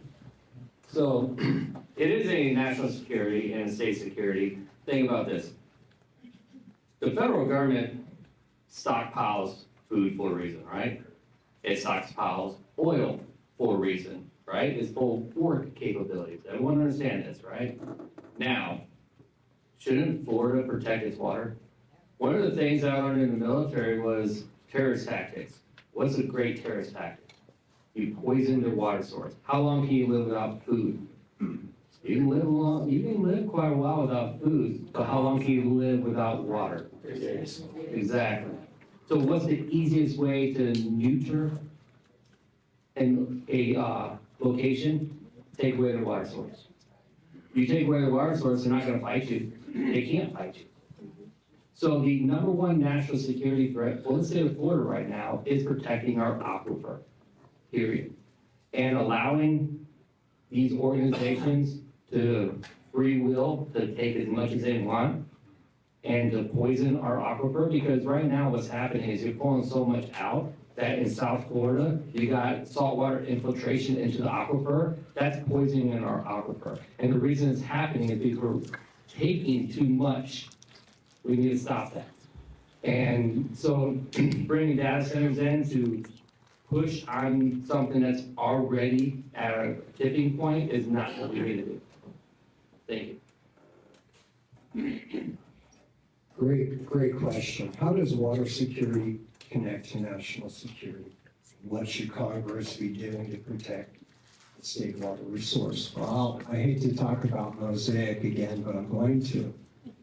Their message is we need to feed the world. And all of the fertilizer, synthetic fertilizer they produce, is shipped from these facilities to Port Manatee. They get put on ships and they go across the Atlantic, and most of them wind up over in China. So here, we're letting this company pull 70 million gallons a day from our aquifer, okay? They're using that water to dilute their pollution. They use it when they're blending the matrix, and that is when they, out in the field, you've got the rock, clay, and sand and the water cannons, and they're blasting precious, clean drinking and bathing water into these fields. Now, they say they recirculate it over and over. And in February, President Trump put glyphosate and phosphate on the critical minerals list, and they are protected. So if you're going to protect Mosaic, synthetic fertilizer being produced, don't you think our governor and our president should be protecting our water sources? Thank you. Yes. Okay, we're going to hand it back. They didn't get that, they had. Uh, Good. We're going to start with Dr. College. This question's going to be posed to everyone. So when large-scale developments are proposed, taxpayers are often told that they will be facing huge economic benefits. What financial questions should citizens be asking before accepting these claims? So, I did a quick Google search, and it said that depending on the size of the data center, the jobs range between 20 to 100 jobs.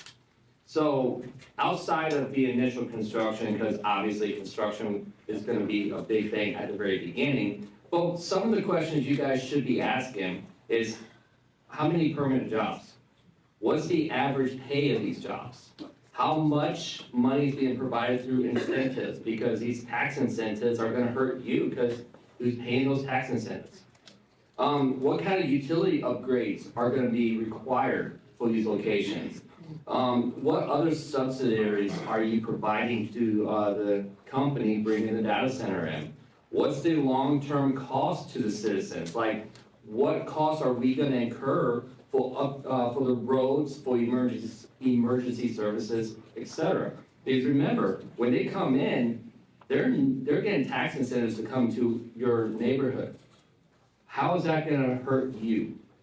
Because the long-term jobs, first, I want to know what those long-term jobs are. I would want to know what's the detail of those jobs.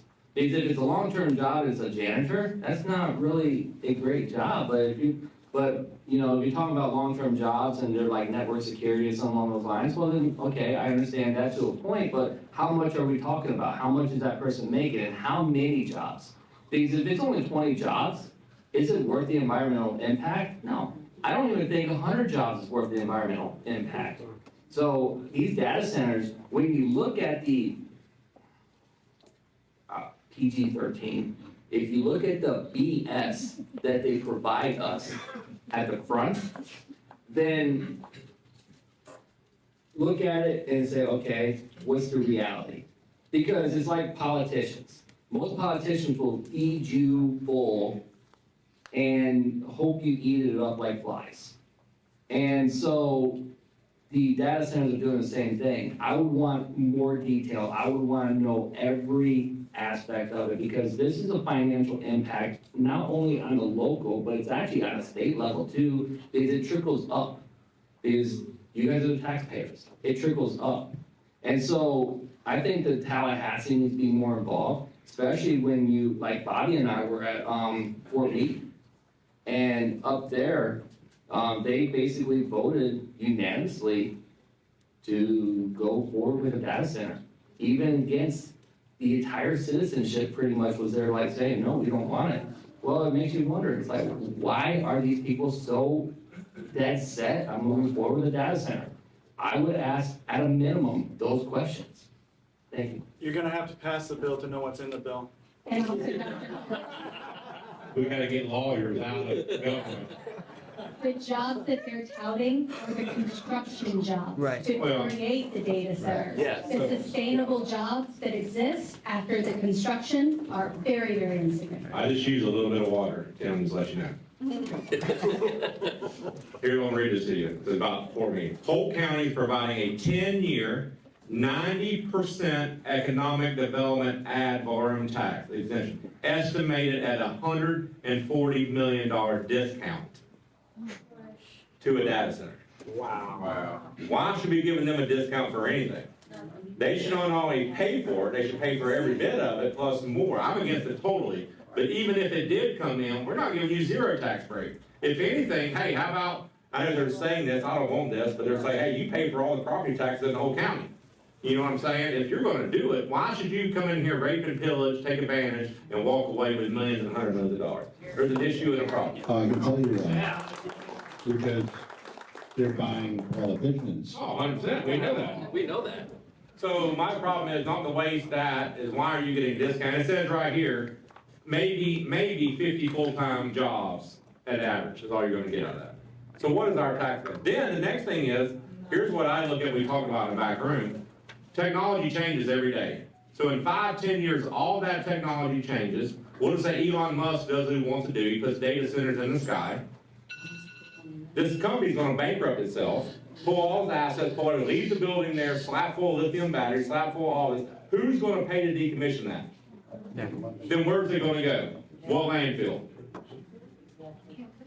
You know what I'm saying? That's really why enough's enough. We're not tolerating this. And again, this ties back to Mosaic.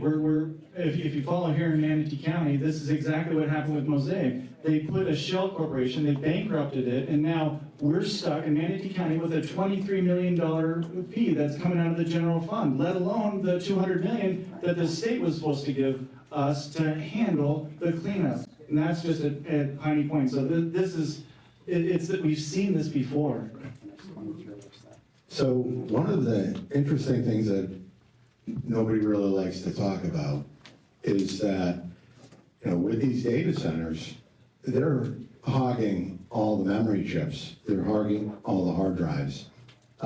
Citizens like yourself, you can't get a graphics card for a computer anymore. Or if you do, it's several times more expensive.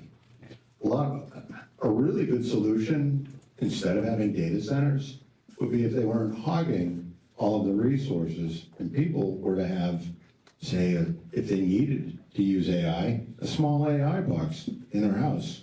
I have several, and I do amazing work. We have AI. I have AI servers in data centers in Dallas, Texas. My servers don't run off of water, and there's a reason why they want to do this. Okay, there's an agenda here.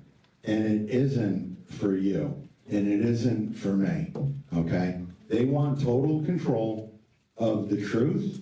They want total control of the narrative. They want total control of the technology. Because somebody like me with AI in a laptop, I can uncover a lot of stuff, and I can hold a lot of people accountable, and I can be the best attorney in the world with AI that we build. So, But that can be changed. But that can change, and that's what they're trying to do. They want big tech to have all the power over we the people, and that's got to end. And we don't, and it's not, and it has to end with us paying for it, because we're paying for our own destruction. We're paying for our own enslavement, and that's not acceptable to me. Is it acceptable to you? No. Hell no. Thank you. In this battle, water is extracted, power is consumed, and somewhere in the fine print of the deals that make all of this possible, someone's deciding who owns what. Who owns the data, who owns the output, who's responsible when something goes wrong. That's where Rachel Rodriguez lives. AI systems, we're moving into intellectual property and regulation. AI systems are trained on data, enormous amounts of it. Books, articles, photographs, music, code, medical records, personal communication. Everything is built in systems that then compete with the very creators whose work trained them. A novelist whose book trained in AI that now writes novels. A photographer whose images trained in AI and now sells stock images. A doctor whose clinical notes trained in AI and now diagnoses patients and gets paid for it. In most cases, no permission was asked, no compensation was paid, no law was broken because the laws don't exist yet. And the regulatory framework around AI data centers themselves is the patchwork of outdated rules applied to technology through rules that were never designed to govern. We're going to give Rachel just a few minutes to tell us where you feel the most dangerous gaps are, who's getting hurt, and what smart, effective AI regulation actually looks like. Well, since I'm getting picked on so much today, this is my spot. No, excellent question, and you raised quite a few of the pieces, and of course, the Keegan story earlier raises other pieces. And we also know because just last week, our AG filed the first, I believe it's the first state-level filing against OpenAI and Sam Altman for what we see in the AI giving instruction to young people that then cause them to do violence to others or to themselves. And so there's a lot to unpack here, but I want to start with a couple of points. My biggest question as I started thinking about this topic is, because I'm a litigator, right? So there's always a question of, who's liable, right? Who's responsible for this thing, and what are they responsible for? If you can't answer those questions, you're not going to get a claim in court. That is, even if the courts are doing their job, which is a pillar of my campaign. We need to reform them. We can talk about that later. But who's liable? One of the issues that you just spoke about had to do with the intellectual property of creators, artists who use AI either to build portions of their music or to assist them in their fine art, these kinds of things. And there is case law now that says these are not owned by, if they're solely done by AI, even if the prompt went in by the artist, they're not owned by the artist. So that's a serious issue too, because there is creativity at least on the front end in the prompts. And so now you may have damages where somebody does something that becomes viable and it is it's monetized. It's something that many people want to see or hear, and it becomes financially viable, but now other people can copy it, fair use in IP law. And so the person who initially did it doesn't get any credit.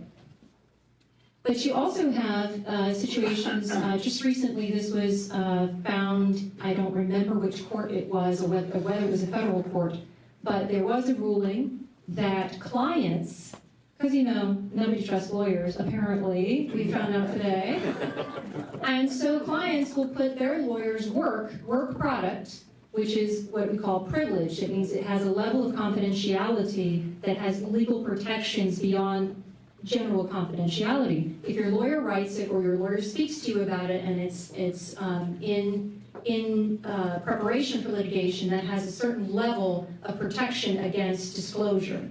But if a client takes anything that the attorney wrote or said, well, it has to be in writing, you put the document through. But if you put that into AI, the client does. Anything that comes out after that, and the fact that they put it into the prompt, it's no longer privileged. So that's a big problem as well. Now, lawyers can use AI because it's part of our work product, okay? But the client can't go and do their own research or look up things. They have to be very careful what they're doing. Otherwise, now something that's a bedrock of litigation and the protection between attorney and client is over. Additionally, when thinking about Uthmeyer's case, I looked into it because I was thinking about the question, who's liable and what are they liable for? And I think it's clever. It goes to what we can address in AI. Let me break that down a little bit. We understand inherently, as people in this room, that there's a moral problem with a product that will, without any barriers, teach people intimate details on how to do violence to others, right? Like, we know there's something wrong with that, right? But did any person actually say that to the person who went out and did violence? No. It wasn't a person. It's a data collection and processing product. So, who's liable? And then the question, what are they liable for? Is there a duty? And who's the duty to? The end user? Or the person? So the end user would be the one who enters the prompts. In this case, the criminal who went out and did violence. Is the duty to that person under what we call a negligence standard? There's a duty of care, is what we call it, and if you breach that duty in a certain fashion, then you're liable for the outcome and the damages. Is the duty to the end user who might have paid for the service? Usually that's a claim that could be made in court. Or is it to everybody else that you have, and is it foreseeable? Is this a foreseeable harm? That it's just a computer program, but suddenly people are dead? Is that foreseeable? Where is what we call the nexus between the harm and maybe a duty of care? These are all questions that are really critical if we want to have accountability and we want to write laws that can be enforced, both by an executive and where that fails, in the courts. So these are questions. I think one of the things, and I don't have all the answers, I'll be honest with you, I don't, because I think this requires a lot of thought. But one of the things we can do with regard to who's liable is ensure that a person is placed in that process. And yes, it slows down AI. But there's going to have to be a person, a sentient person who can be held liable legally and morally by the people at some point in that process of how AI is providing the information to the end user, which then, in the case of violence to oneself and others, results in such egregious harm, or in Keegan's case, results in harm in that manner. And A.G. Uthmeier's case, that's essentially the theories on which that suit was filed. It has to do with products liability. If you're familiar with that, that's saying that this is not fit for the purpose. The product itself is faulty and it's resulted in damages. It's also false advertising. You're saying that this can be used for these purposes, and it wasn't used for those purposes. It was used for something else that caused damage. And this is great, but I don't know if you have the same question that I do, and that is, but what was done here is criminal. So what you're talking about on that end is kind of civil claims and negligence claims. Are we going to be able to hold companies liable at the level of harm that is occurring as a result of their product? So these are framing. I'm probably not answering. I'm probably opening more questions, but I think that's suitable right now because these are the questions we need to talk about so that we have proper enforcement. We don't want to just say things. And as a governor, I don't want to just say I'm going to promise this thing, and I know in my mind I can't actually deliver it. This is a complex question, and I think we're going to be discussing that further here. Absolutely. So I want to bring the conversation before we continue with this conversation, full circle back to Keegan, because that's what we're talking about. We're talking about lack of AI regulations and what that actually looks like and how that impacts people. So from a legal perspective, how were you impacted? How were you and your family impacted as a result of this lack of structure? Yeah, the court system really failed me personally. There was no laws in place at the time to back up the crime that he did. The court supervision was just a slap on the hand. It left me with therapy. I had to move. I had to get away because it was just a thought that always happened. I had a fear of him. I was scared to go out in public. It left with a lot of trauma. Did you have to stay in the same school with him? If you were to No, stay I actually left freshman year to a different school. But did you choose to leave, or did they separate him? Because in situations like that, they can move. They can keep and protect the victim and move the perpetrator. That wasn't offered to you. No, it was not. So, and I hate to be the guy to say, I'm here from the government and I'm here to help, but, because I'm really. And your attorney. And I'm not an attorney. I did say it a Holiday Inn once, but as a technologist, as a technology guy, I've thought through a lot of these issues. I've seen a lot of people's lives destroyed. Good people, young people like you. And what we see is a massive big tech abuse and overreach. And it really does go to intellectual property rights. But it also goes deeper. It goes to your individual sovereignty, to your data. You see, because everybody doesn't read those terms and conditions on the agreements to join the social media platform or whatever, and you just click through it. And people don't realize that that's a legally binding agreement that you just agreed to. Now, one of the things that I've made part of my platform is a digital Magna Carta. The Magna Carta did amazing and wonderful things for us as humans, okay? It established our sovereignty as individuals with rights against the crown. And today, the crown is big tech, and they're not elected. They're the pirates of Silicon Valley, and they have pirated your data. They've pirated her data. I mean, it's not right. That's right. And at the end of the day, we all have the right to our own data. And if they're going to use our data in the training of their models, well, they should be paying us for it. And, you know, that's a big thing. But there has to be consent, because without any consent, it's theft, right? It's theft of our sovereignty as our digital life, right? And that's the conversation that we have to have, because she has rights as a human being, rights to the sovereignty of her own image. And so if big tech, or somebody can just go and take her image and misappropriate it and use it to harm her, that's not right.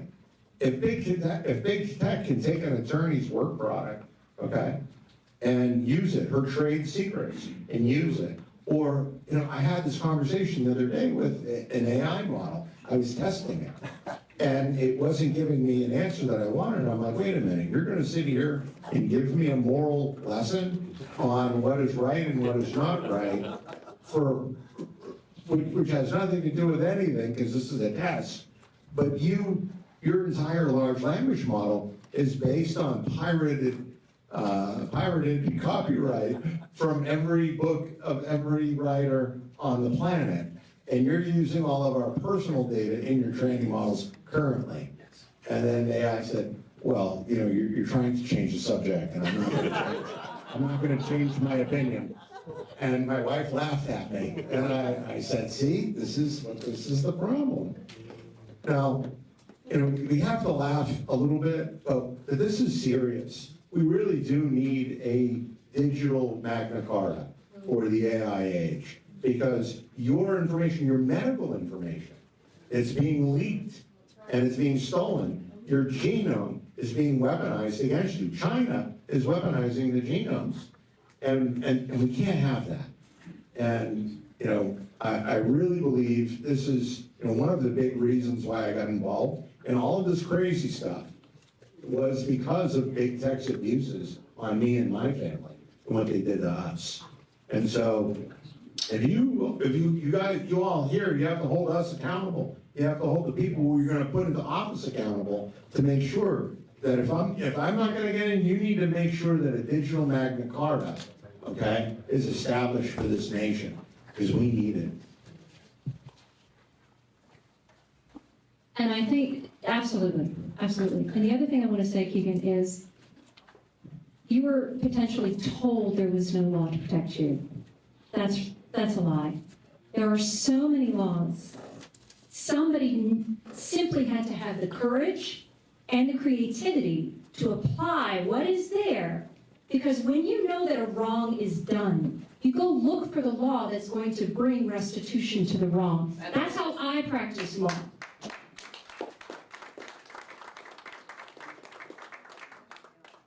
And the courts have what I call a moral covenant to the people to protect individual rights. So even if what comes before the court is not something they've seen before, they need to do the same thing. I understand they're a neutral adjudicator in a way, but they need to understand their moral obligation. And I believe this all stems from, and I agree, we need to have a statement of rights, a Magna Carta.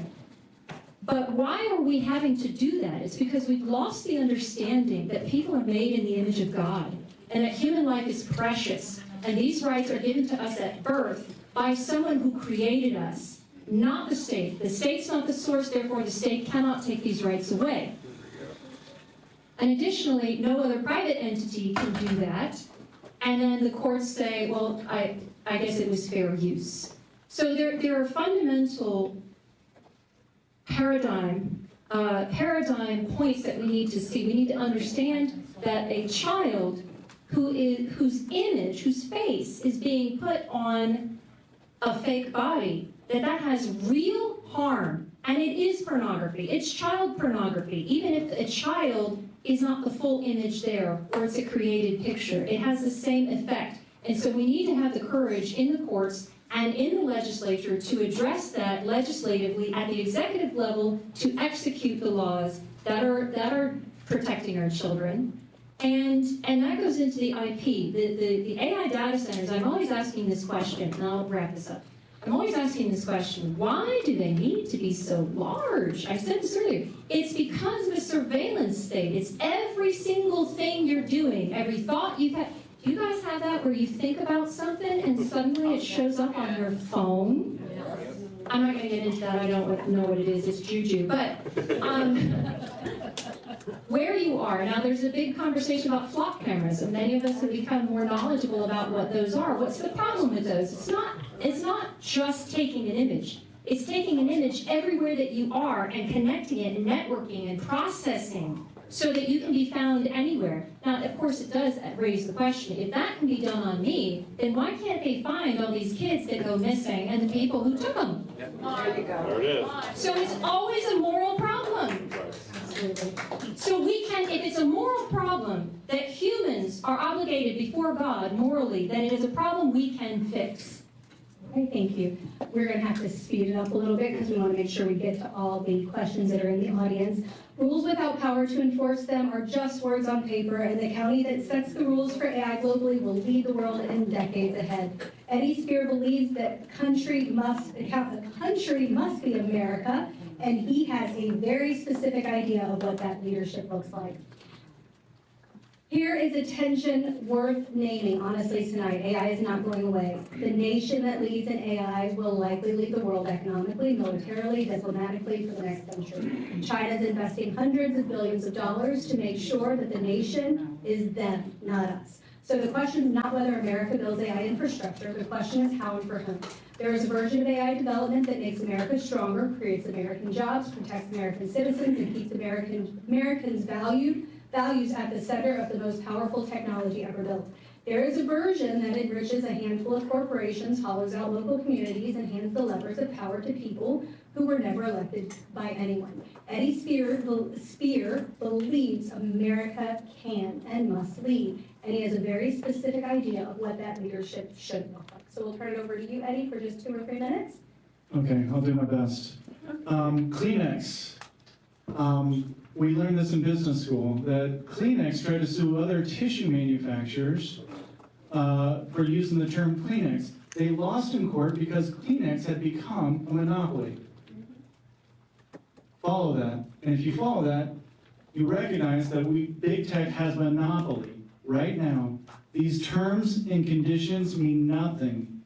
And we need to make sure through the courts that they cannot hide behind these terms and conditions any longer. You have a monopoly, and we got to deal with it. Stop trying to skirt around 230 and everything else to eliminate this protection that they should not have with the terms and conditions. Now, what does that mean? Why am I getting at monopolies? Because monopolies are what diminishes innovation. What makes America great is everybody is competing. It's a competition and it's free enterprise that creates the innovation. It's not just about chips and a race for chips. It's a race for software and infrastructure and the architecture of innovation. And that is going to, we will and have dominated in the world because of free markets. The Republican principles of free markets. So we need to make sure that competition is protected and we go after these monopolies. So these monopolies are getting all the protections of free enterprise and it's causing a massive amount of problems that is going to lead to the exact opposite. And you got to understand why. The reason why is because of what happened with, I'm going to go back to Fauci, sorry. But with Fauci, what happened was FBI agents were placed in every social media company. There were agents that were dictating what free speech was.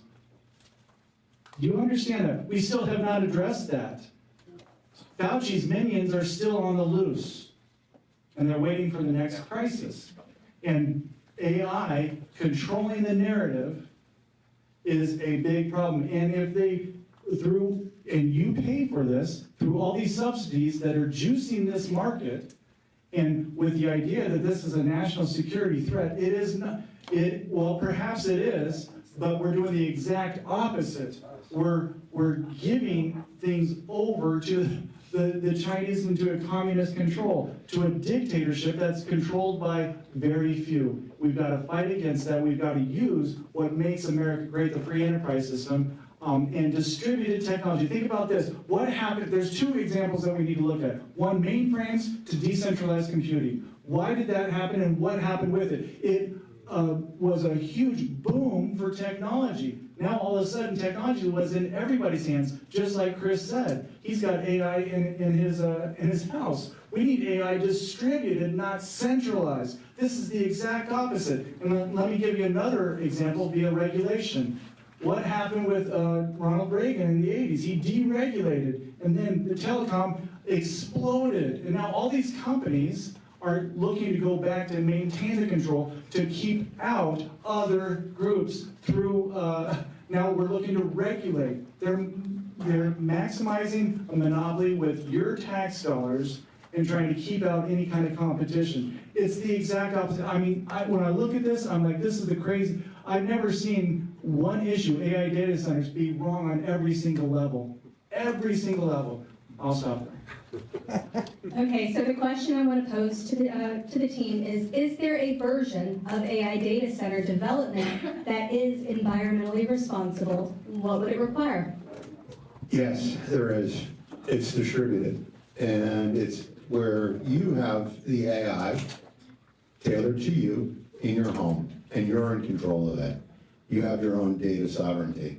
That way, there's no deplatforming.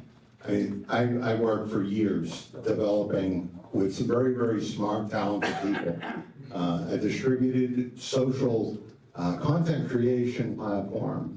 And Big Tech came after me, and Big Tech deplatformed me. And when I went to license what I had created to this guy named Donald Trump for the basis of True Social, the largest data center owner, who is core internet infrastructure, blocked my access. We were 4 meetings deep into a deployment as using them for our backup for our systems, because we knew that Trump's system, his Truth Social, was going to be hit. So we were anticipating that. And so we were about 4 meetings in, and they said to me, what is your policy on terrorism and hate speech? And I knew, because I had been working in social and big tech for so long, where they were going with that. And so I turned it around on them. And what I did was I showed them in every example of what they were looking for, how what they were doing was so much worse. How they had put in data centers in communist China that were being used to persecute Christians and persecute the Uyghurs and to suppress people's human rights in China. I showed how the other applications, all being hosted on their boxes, were being used for human trafficking, sex trafficking, child sex trafficking, how their servers were... Chris, 30 seconds. Yeah, so long story short, look, it's all about distributed, it's about putting it into your hands and you having your own data. That's the most important thing. I jump in just real quick. Think about interoperability. I want to try to explain this to people. You look at your cell phone, what annoys you with group texting? There's somebody with an Android with a different device, and now all of a sudden you can't even manage this group text. This is the simplest technological challenge that can't be solved. Are you kidding me? Why can't this be solved? Because we don't have interoperability standards that define a market that allow for competition. Instead, monopolistic competition is allowed to run, and you're inconvenienced by it. Everybody's inconvenienced by it, and technology suffers because of it. We've got architects here who have built platforms, who have built successful companies, and it's the architecture that's the problem, and the architecture needs to be distributed. It does not need to be centralized. There's no reason to centralize it. This is a huge problem technically that people don't fully understand. So just think about just how easy it is to solve group texting, and they can't solve it because they're holding on to the monopolistic practices that are hurting this industry. Here. Is there a version of AI data center deployment that is environmentally responsible? How does the liquid cooling work? It begins piping coolant over the processing chips within the servers. This cooling liquid absorbs the heat and takes it away from the electrics to heat exchange unit. Water is used to reduce the temperature of the coolant. The coolant then recirculates back to cool the servers. Meanwhile, the now hot water is piped to cooling towers where a combination of fans and water vapor dissipate the heat cooling the water. Some of the water evaporates, and in the process, while the rest is recirculated through the cooling process several times before being discharged back into the local water source. Over 80% of the water evaporates. No, there is not a safe way to do AI data center because they're going to have an NPDES permit, and that is issued by Florida Department of Environmental Protection. And what happens is we keep hearing about a closed loop system. I want to tell you, if you have an air conditioning guy or a plumber telling you a closed loop system works, that is incorrect. That closed loop system will have to be open, and they discharge what's in there. Why? They will have to do descaling. They will have to do maintenance. Another thing I just want to tell you, in DeSoto County, I heard that they think they're going to use reclaimed water for this. That is impossible. This water has to be so clean and so pure that you know what we're all going to find out if this really happens? We're going to find out how poor quality all of our drinking and bathing water is, and why all the water authorities and Peace River, Minnesota Water Authority spends hundreds of thousands of dollars yearly for chemicals. For what? To clean the water to make it safe to drink. Very good, thank you, Tim. Okay, we're moving to Florida First Families, Communities, and Sovereignty. Bobby Williams, tell us what Florida First means in the age of AI data centers and what you would do as a governor to protect Florida families, Florida communities, and Florida sovereignty. And then we will turn it over to Rachel for her response as well. Please try to keep it about 2 to 3 minutes. He didn't take 2 minutes, he took longer. He was at the beginning. Florida's full, that's my message. We don't have room for moratoriums, we don't have water, we don't have, we polluted our waters to a point now, and I say this. At what point, I forgot her name. Aaron Brockovich. At what point are we Aaron Brockovich? Are we there now? Sickness, disease, cancer's on the rise, all this stuff's happening. You don't know what your drinking water is. They're telling you your drinking water is clean, but like he said, Dr. Fauci is telling you. Do you trust them? No. Do you trust your government? No. Do you trust media? No. Who do you trust? The only person you can trust is God Almighty. And the Bible says the truth will set you free. And in that truth, that word says the fruit. What is the fruit of what we've been doing? Our fisheries are dying, our grass is dying, all this is dying, everything's dying, people are dying faster, sickness, disease. So the fruit is we can't keep going at the rate we're going. I'm for monopolization. That's the problem. The whole problem with every bit of this, from housing development to AI data centers to all this, is New York City. They want to monopolize everything. They're selling your water today. They're monopolizing it. They're making it down where entities are owning your water. In Polk County, we have what they're trying to do is it's already created, called Polk Co-op. They're going down in a lower aquifer, a couple thousand more feet down in brackish water. They're pumping it up, treating it, not fully treating it, but treating it, then selling not only part of that company to the cities, the taxpayers you're paying for it, in the millions of dollars. I want to say they're at $1 billion already and still hasn't solved the problem. Then they're selling that water at 3 times your normal water cost. And that's just at their rate, city hasn't marked it up yet. And they're telling you it's okay. Then they're taking your toilet water, your sanitation water, they're treating it and telling you it's okay. Perfect example, the city of Jacksonville right now wants to take their sanitation water, they want to treat it, and they want to pump it all the way over to the Suwannee River. Not in St. John's, not anywhere else, but into across the state. When's enough? So I'm against AI data centers for all the many reasons.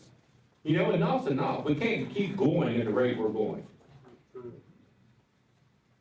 And it's all about money at the end of the day. It's about monopolization. They're raping and pillaging me and you. And you gotta have a governor who's willing to fight for you. It's gotta be back to we the people, instead of we the lobbies. And Bobby, I don't know if you're aware, but Aaron Brockovich actually does have a website. I've just seen that about related week. to She copied me. I'm just kidding. Well, very simply, I want to look at every single policy, everything that's being sent new for my vote, and everything that's currently there that I have to enforce, and say, does it consume people, or is it allowing people to live in abundance and productivity? That's the fundamental question I want to ask about everything. And with regard to AI data centers, I haven't seen that it does anything but consume at this point. So I want to talk about a couple of pieces of points in the law that I think need to be shored up very clearly right now. In addition to a moratorium, until we clean up and address what's currently a problem. I believe that Tim had mentioned this. There isn't a clear disclosure on how much water is being used and where it's really going and coming from. There needs to be transparency and disclosure. There's cost shifting. We've talked about that on this panel in various forms. That's got to stop. That also needs to be clear. And also, one of the things that happened in Waxahachie with the Project Tango is that this was put in place for data warehouse, I think is what it was called, in 2016, if I'm not mistaken. And it has morphed until the present that now it's going to be an AI data center. That is not what the community thought it was going to be when all the permitting went in. So this is a morphing and a changing using procedure in a frankly wicked way against the people, and now it's in place in such a way that the people don't have the same procedural mechanisms to stop it. That's got to change too. That cannot be done. That's a bait and switch is what we call it in the law. And then finally, to the point for families, so that families can flourish, and rather than seeing their children consumed, their likeness consumed, one of the things that we need to do, Chris had spoken about this, well, this is how we understand it. If the service is free, then you are the product. So all your content on social media that is free to you, your content is what you are giving to them as consideration. It's the payment. And as of this point, they say it's fair use. That's another copyright concept. They can use it in a certain way. And other people think, well, if the pictures are up there and they've been marked as public, I can use them. What if we were to say that, like celebrities under IP law, my likeness is mine. You can't use it. You have to use it in accordance with the way celebrities get privilege, frankly, under the law for their name and likeness. That would go a long way. Unfortunately, that's a federal law, but we could do that kind of protection here in Florida as well. And once you do that, you put a whole bunch of roadblocks in for anybody, big tech, other users that are trying to use your name and likeness. If you can show that they've used it without fair use and without your consent and permission, that's it, game over. Now you have liability. You have who's liable, and you have a claim. There's also 30 seconds. Sure. Also, we need to establish in regulation a what's called a right to know. I need to know, or my children need to be aware if they're on the internet, when they're interacting with a person or AI.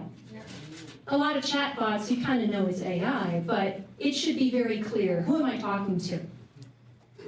Parents should always know. This is a hands down in every single law. Parents do have from God the right to direct their children's upbringing and education, and that also goes for what they're seeing online. There needs to be strong parental controls. And there's other pieces here. The government, in particular, needs to be transparent on when it's using AI in anything, in enforcement, in search, in legislative drafting, and where the government is using AI that's going through countries of concern. There's more to it, but these are at least some of the things we can do to protect families in Florida. Absolutely, and politicians have to disclose when they use AI, so our government should as well. So this question is for Keegan. How do parents and communities reclaim control over their children? Parents need to go through phones. Obviously, this kid had been paying a monthly subscription for this AI app that obviously his parents had no idea what it was being used for. Parents have a right to go through the kid's phone. You are a kid, your parent probably more than likely bought you that phone, so they have a right to go through the phone and see what is going on. This could have probably been stopped if his parents would have caught him with the phone. The fact that there was 1,000 images found on his computer that had not been released yet to social media could have been caught by his parents.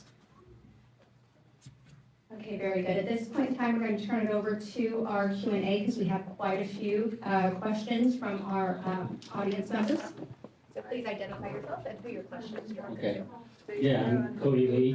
I'm a proponent of smart AI growth. Obviously, I don't think it should be able to create rude or obscene things. I think we need to regulate it. But I do feel that it could be a good tool. It's like a gun. The bad guys could be the only ones with the gun. Otherwise, you end up like Chris and you get roasted. You need some guys on his team that can roast back. So I think that we need to regulate it like Chris, how he has the smart, environmental friendly AIs, which is the point I want to get to is, who is auditing these places? How do we even know their data centers are not some foreign military base? How do we know that the water is being used for data centers and not just to be taking our water? So as a country, it's sucking us dry of water. That's what I want to know, is who's auditing these places, make sure they are actually data centers to begin with. Nobody. Nobody's auditing them. And if you knew about this company, Equinix, you would be outraged. You would be absolutely outraged what they do. And they're the largest data center REIT, they're a real estate investment company. So they buy the land, they develop the data centers, and then all of big tech sits on boxes in their centers.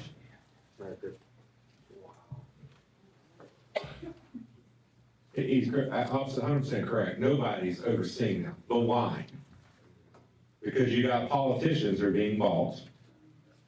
They're donor based. The reason why you need to look at these guys, I don't care what candidacy they are, anywhere from city commission all the way up to governor to your president, look at their donor base, who's donating to them, who are they going to bow to? The guy who writes them a check for a couple $100,000 or $1 million or whatever, or to we the people? And we know the fruit of that is they all bow to big corporations because they're all bought and paid for. You wanted to get audited, name one time the Florida's ever done an audit. Right now, there's going around saying governments are, the state's auditing local municipalities. Sorry. It's a financial review. So if we can't trust our state to audit our elected officials, they're definitely not going to audit a private entity.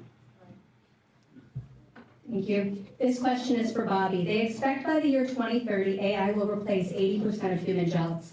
If elected governor, how would you stop this and protect human jobs while also not allowing companies to leave Florida if they can't accomplish this with AI? Yeah, that's my biggest thing is, I'm against AI data centers, number one, because of water, number two, polluting water. But the biggest one is just taking our jobs away. What gives them, who gives anybody a right to tell us AI is the future, then it's taking jobs away from us? Because end up, what we know happens that is it turns into a socialist country, then obviously a communist country. Because if you can't go get a job, you can't work. We see that right now. Walmart, Lowe's, every one of them replacing everybody. And actually, we're starting with flock cameras and all this stuff, which is AI data center, which I'm against. They're going to start replacing your police departments. You don't really need a cop. You don't really need all this kind of stuff. Because it's going to end up mass surveillance on me and you. And I'm against all that. I'm against red light cameras, speeding cameras, all this stuff. All it is designed to take money out of mine and your pocket and put us in poverty state to a socialist country. Absolutely, thank you. Glenn? For the record, Glenn Jamelina. So, every elected official, from the mosquito control to the governor, has one duty: public safety. That's your first and foremost. If you can't promise us public safety, then you should not be elected. The other thing I want to do is, we do need a moratorium, right? And just say, we're closed for business. Tell all the lobbyists, all the money, we're closed, don't even bother coming to Florida. But I think really, even with a moratorium, I mean, we don't know the long-term effects, right? We don't have any white papers on what did that humming do to our environment 10 years down. We don't have any of that data. The other thing I would strongly suggest, if we don't put a moratorium, it should be on the ballot as a constitutional amendment. And then end of story. Thank you very much. This is a question for everyone. Would you back Keegan's law to protect parents? And will you allow her a position for her to help protect this from occurring again? That was my question. I wanted it to say to prosecute the parents. If someone can use, if an underage kid shoots somebody with their parent's gun, those parents get prosecuted. To me, this is no different. I'm sorry, young lady, but you're where you're supposed to be, and your message is very profound. Every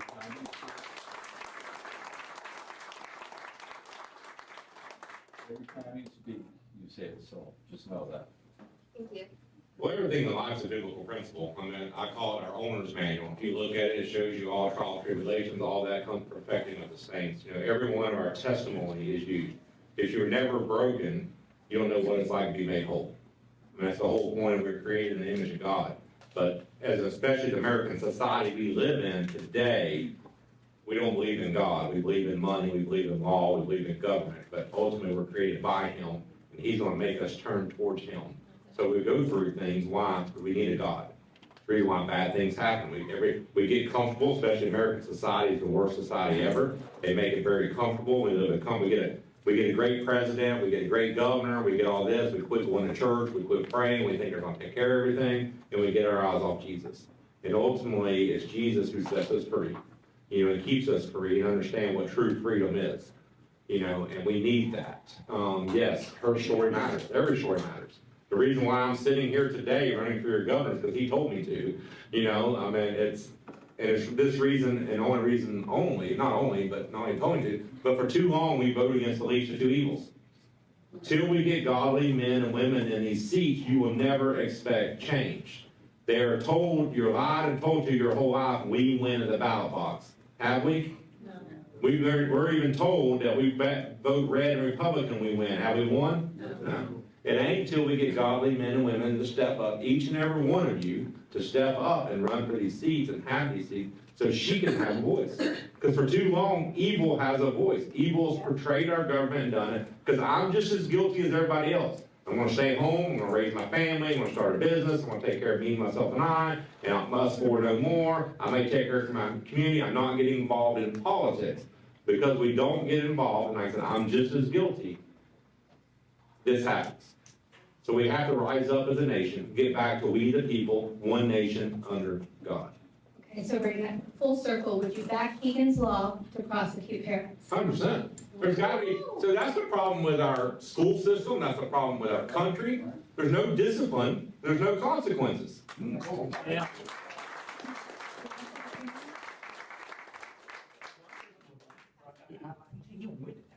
As the chief financial officer, I don't have a say in legislation, but I do agree that this law should be put in place. Quick question though, is what state did this happen in? Illinois. Illinois. So Illinois is backwards anyways.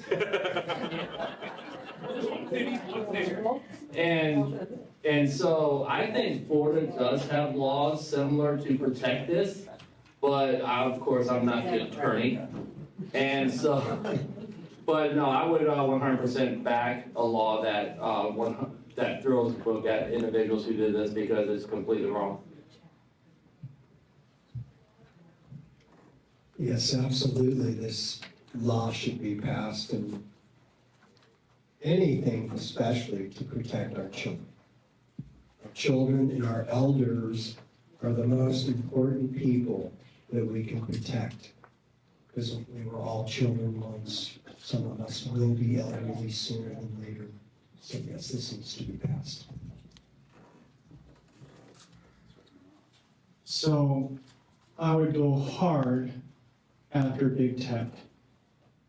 Very hard after big tech, and they need to be held accountable for this. As far as the parents, there's a legal concept called mens rea. How much do they actually know at the time? So before we start a witch hunt after the parents, a horrible situation, without a doubt, but it needs to go through the legal, I believe in our legal system. I believe it's a good legal system. And I believe it's based on Judeo-Christian values in the Bible. And the same concept is there within the Bible of how much did you actually know, and how much are you liable. And then there's different ways within the Bible and within our legal system to handle the parents. Now, eventually it needs to get to the stage where the parents, because of laws and because we hold tech companies accountable, that they would know, they should know, but we're not there yet. We need to fix the system before we can hold the parents fully accountable for some of their actions. So I'd lean on our legal system, which I think is very strong. I agree in part and disagree in part. No, as to our legal system, the concept behind it is sound, but it is failing at almost every single level. We talked about Fauci. That's what I've been fighting for the last 5 years, is the COVID abuses. And so I got to see that courts are not, that they're failing the people on individual rights. On Keegan's law, the way that you have described it, only if we are also holding other parties accountable and giving the requisite support to families. And to that end, I think Eddie was pointing on this. As long as we can point to the fact that parents had opportunity to see, they were not being shielded from by rogue schools, wicked schools and administrators, or predators in other places of authority with these children, so that the parents were shielded from knowing. As long as we can balance that properly, so that we are both holding parents accountable and also supporting them fully to do their job before God well, then yes, I would support a law like that. I would definitely support it. I would be very heavy on the punishment for it. Very, very heavy. I'd be very heavy on the punishment for big tech. Because there's ways to ensure that pictures of minors are not being used to generate child pornography. And those platforms themselves should, if they're gonna have the right to donate to a politician, or they're gonna have the right to do something, well, they should also have the right to the death penalty. And because I believe that people who victimize children should get the death penalty. And that includes corporations. Okay, thank you. What is it specifically about rural Florida that makes building data centers attractive to big tech? Are they getting special tax deals, or are they buying the land way below market price? All the above. It is a lot cheaper. Ask Byron Donalds. It's a lot cheaper to purchase agricultural land than it is to purchase industrial land. That's right. Absolutely. For Eddie Spear, from a national sovereignty and security perspective, are you concerned about the proposed National Defense Authorization Act, Section 224, which would intertwine our military's AI research and much more with Israel's? Ask that again. Okay, I thought you were going to make me. From a national sovereignty and security perspective, are you concerned about the proposed National Defense Authorization Act, Section 224, which would intertwine our military's AI research and much more with Israel? Yeah, I'm very concerned about that, and it brings up another issue that I think people are telling me to stay away from, and that's Epstein, that we shouldn't be talking about that. No, I think we need to talk about that. Thank you. Because that's the intel, and if our government is partnering with foreign entities in such a wicked way, we need to be America first and deal with our intelligence communities. Does that make sense? So please understand, Israel is an ally. They are an ally, but they need to be an ally and not controlling the things that are happening here, especially through some kind of dark sexual weirdness that the entire, and pedophilia. So I'm very concerned about this, yes. This is a huge issue, and I don't know that people understand this because Israel has a very long track record of selling U.S. military secrets to China, and China is not our friend. China, if you look at all of the Chinese war doctrine manuals that they've been pushing out since 1998, there's an adversary in every single one of those manuals. I know because I've read the manuals. I've seen the manuals. And you know who the adversary is? America. Okay? China is waging what's called unrestricted warfare against us. And Israel is definitely funding our secrets and our technology to China. And that's unacceptable. Thank you. Oh, me? Did you? Oh, you ready? Oh, whew. You want him to go first? Yes. Okay. Hey, my name's Han. This is for Keegan. It's more of a statement. That I can't make any promises, but I previously worked with a group called Guard Against Trafficking. And they actually work on bills in multiple states. They're expert witnesses, and they have gotten bills passed in Florida. And they know AGs in different states, so I'd be more than happy to get you guys linked up.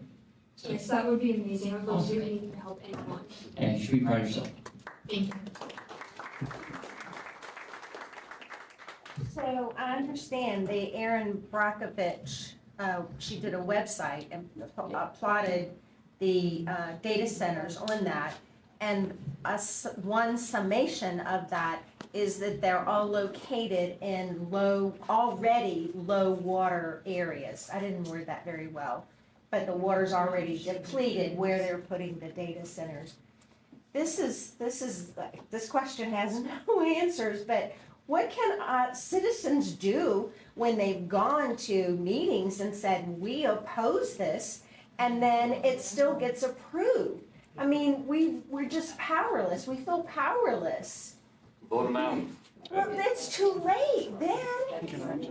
I was all in. You get your time. It is an answered question. It is a very answered question. Number one, I said that before, your governor can pull these people out of seats. So that's number one.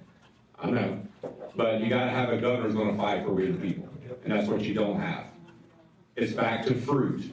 What have they done? What do they continue to do? Don't look at the smoke screen of COVID and woke agendas and all that. Take that out of play. Look, what has our governor truly done for us, the people?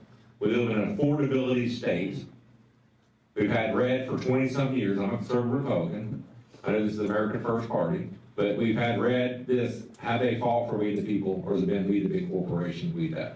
That's the number one. Number two, you need to step up and run for these governor seats, city seats. Not governor, so I got number one. But your city, your county, all of them, you need to run for it. And you can, and we were working on that. I don't know how it's gonna work. I was dealing with some different people. We were going back and forth. Some way, somehow, and maybe the lawyer over here can help you a little bit more of that, is you can get these people out of seats. I don't know, special elections, maybe you'll know more about that. Quo warranto is an action. It's a common law. If a politician does something that they don't have the right to do. There is a common law remedy to this, and it is a common law writ, and it's called quo warranto, and that is by what warrant. And that, if they do something, exceed their power, okay, you can initiate a quo warranto action against them to have them removed from their seat. And it does work, and it does happen. So this community, like in DeSoto, where this thing has been approved, the citizens can still go back to that same board that approved it and do these actions to have those people removed, but the deal's done. The citizens are trying, or many of them are trying. The problem is these companies go straight to the Board of County Commission.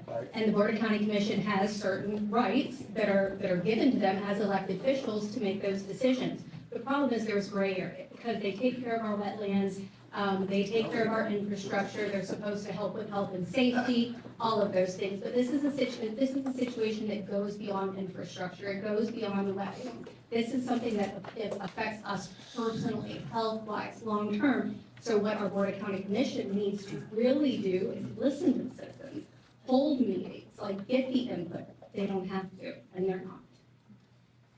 I like your question because I feel that's what we started this with, and that is that this is supposed to start the process of feeling empowered and remind you that knowledge is power. More so than that, God is your power.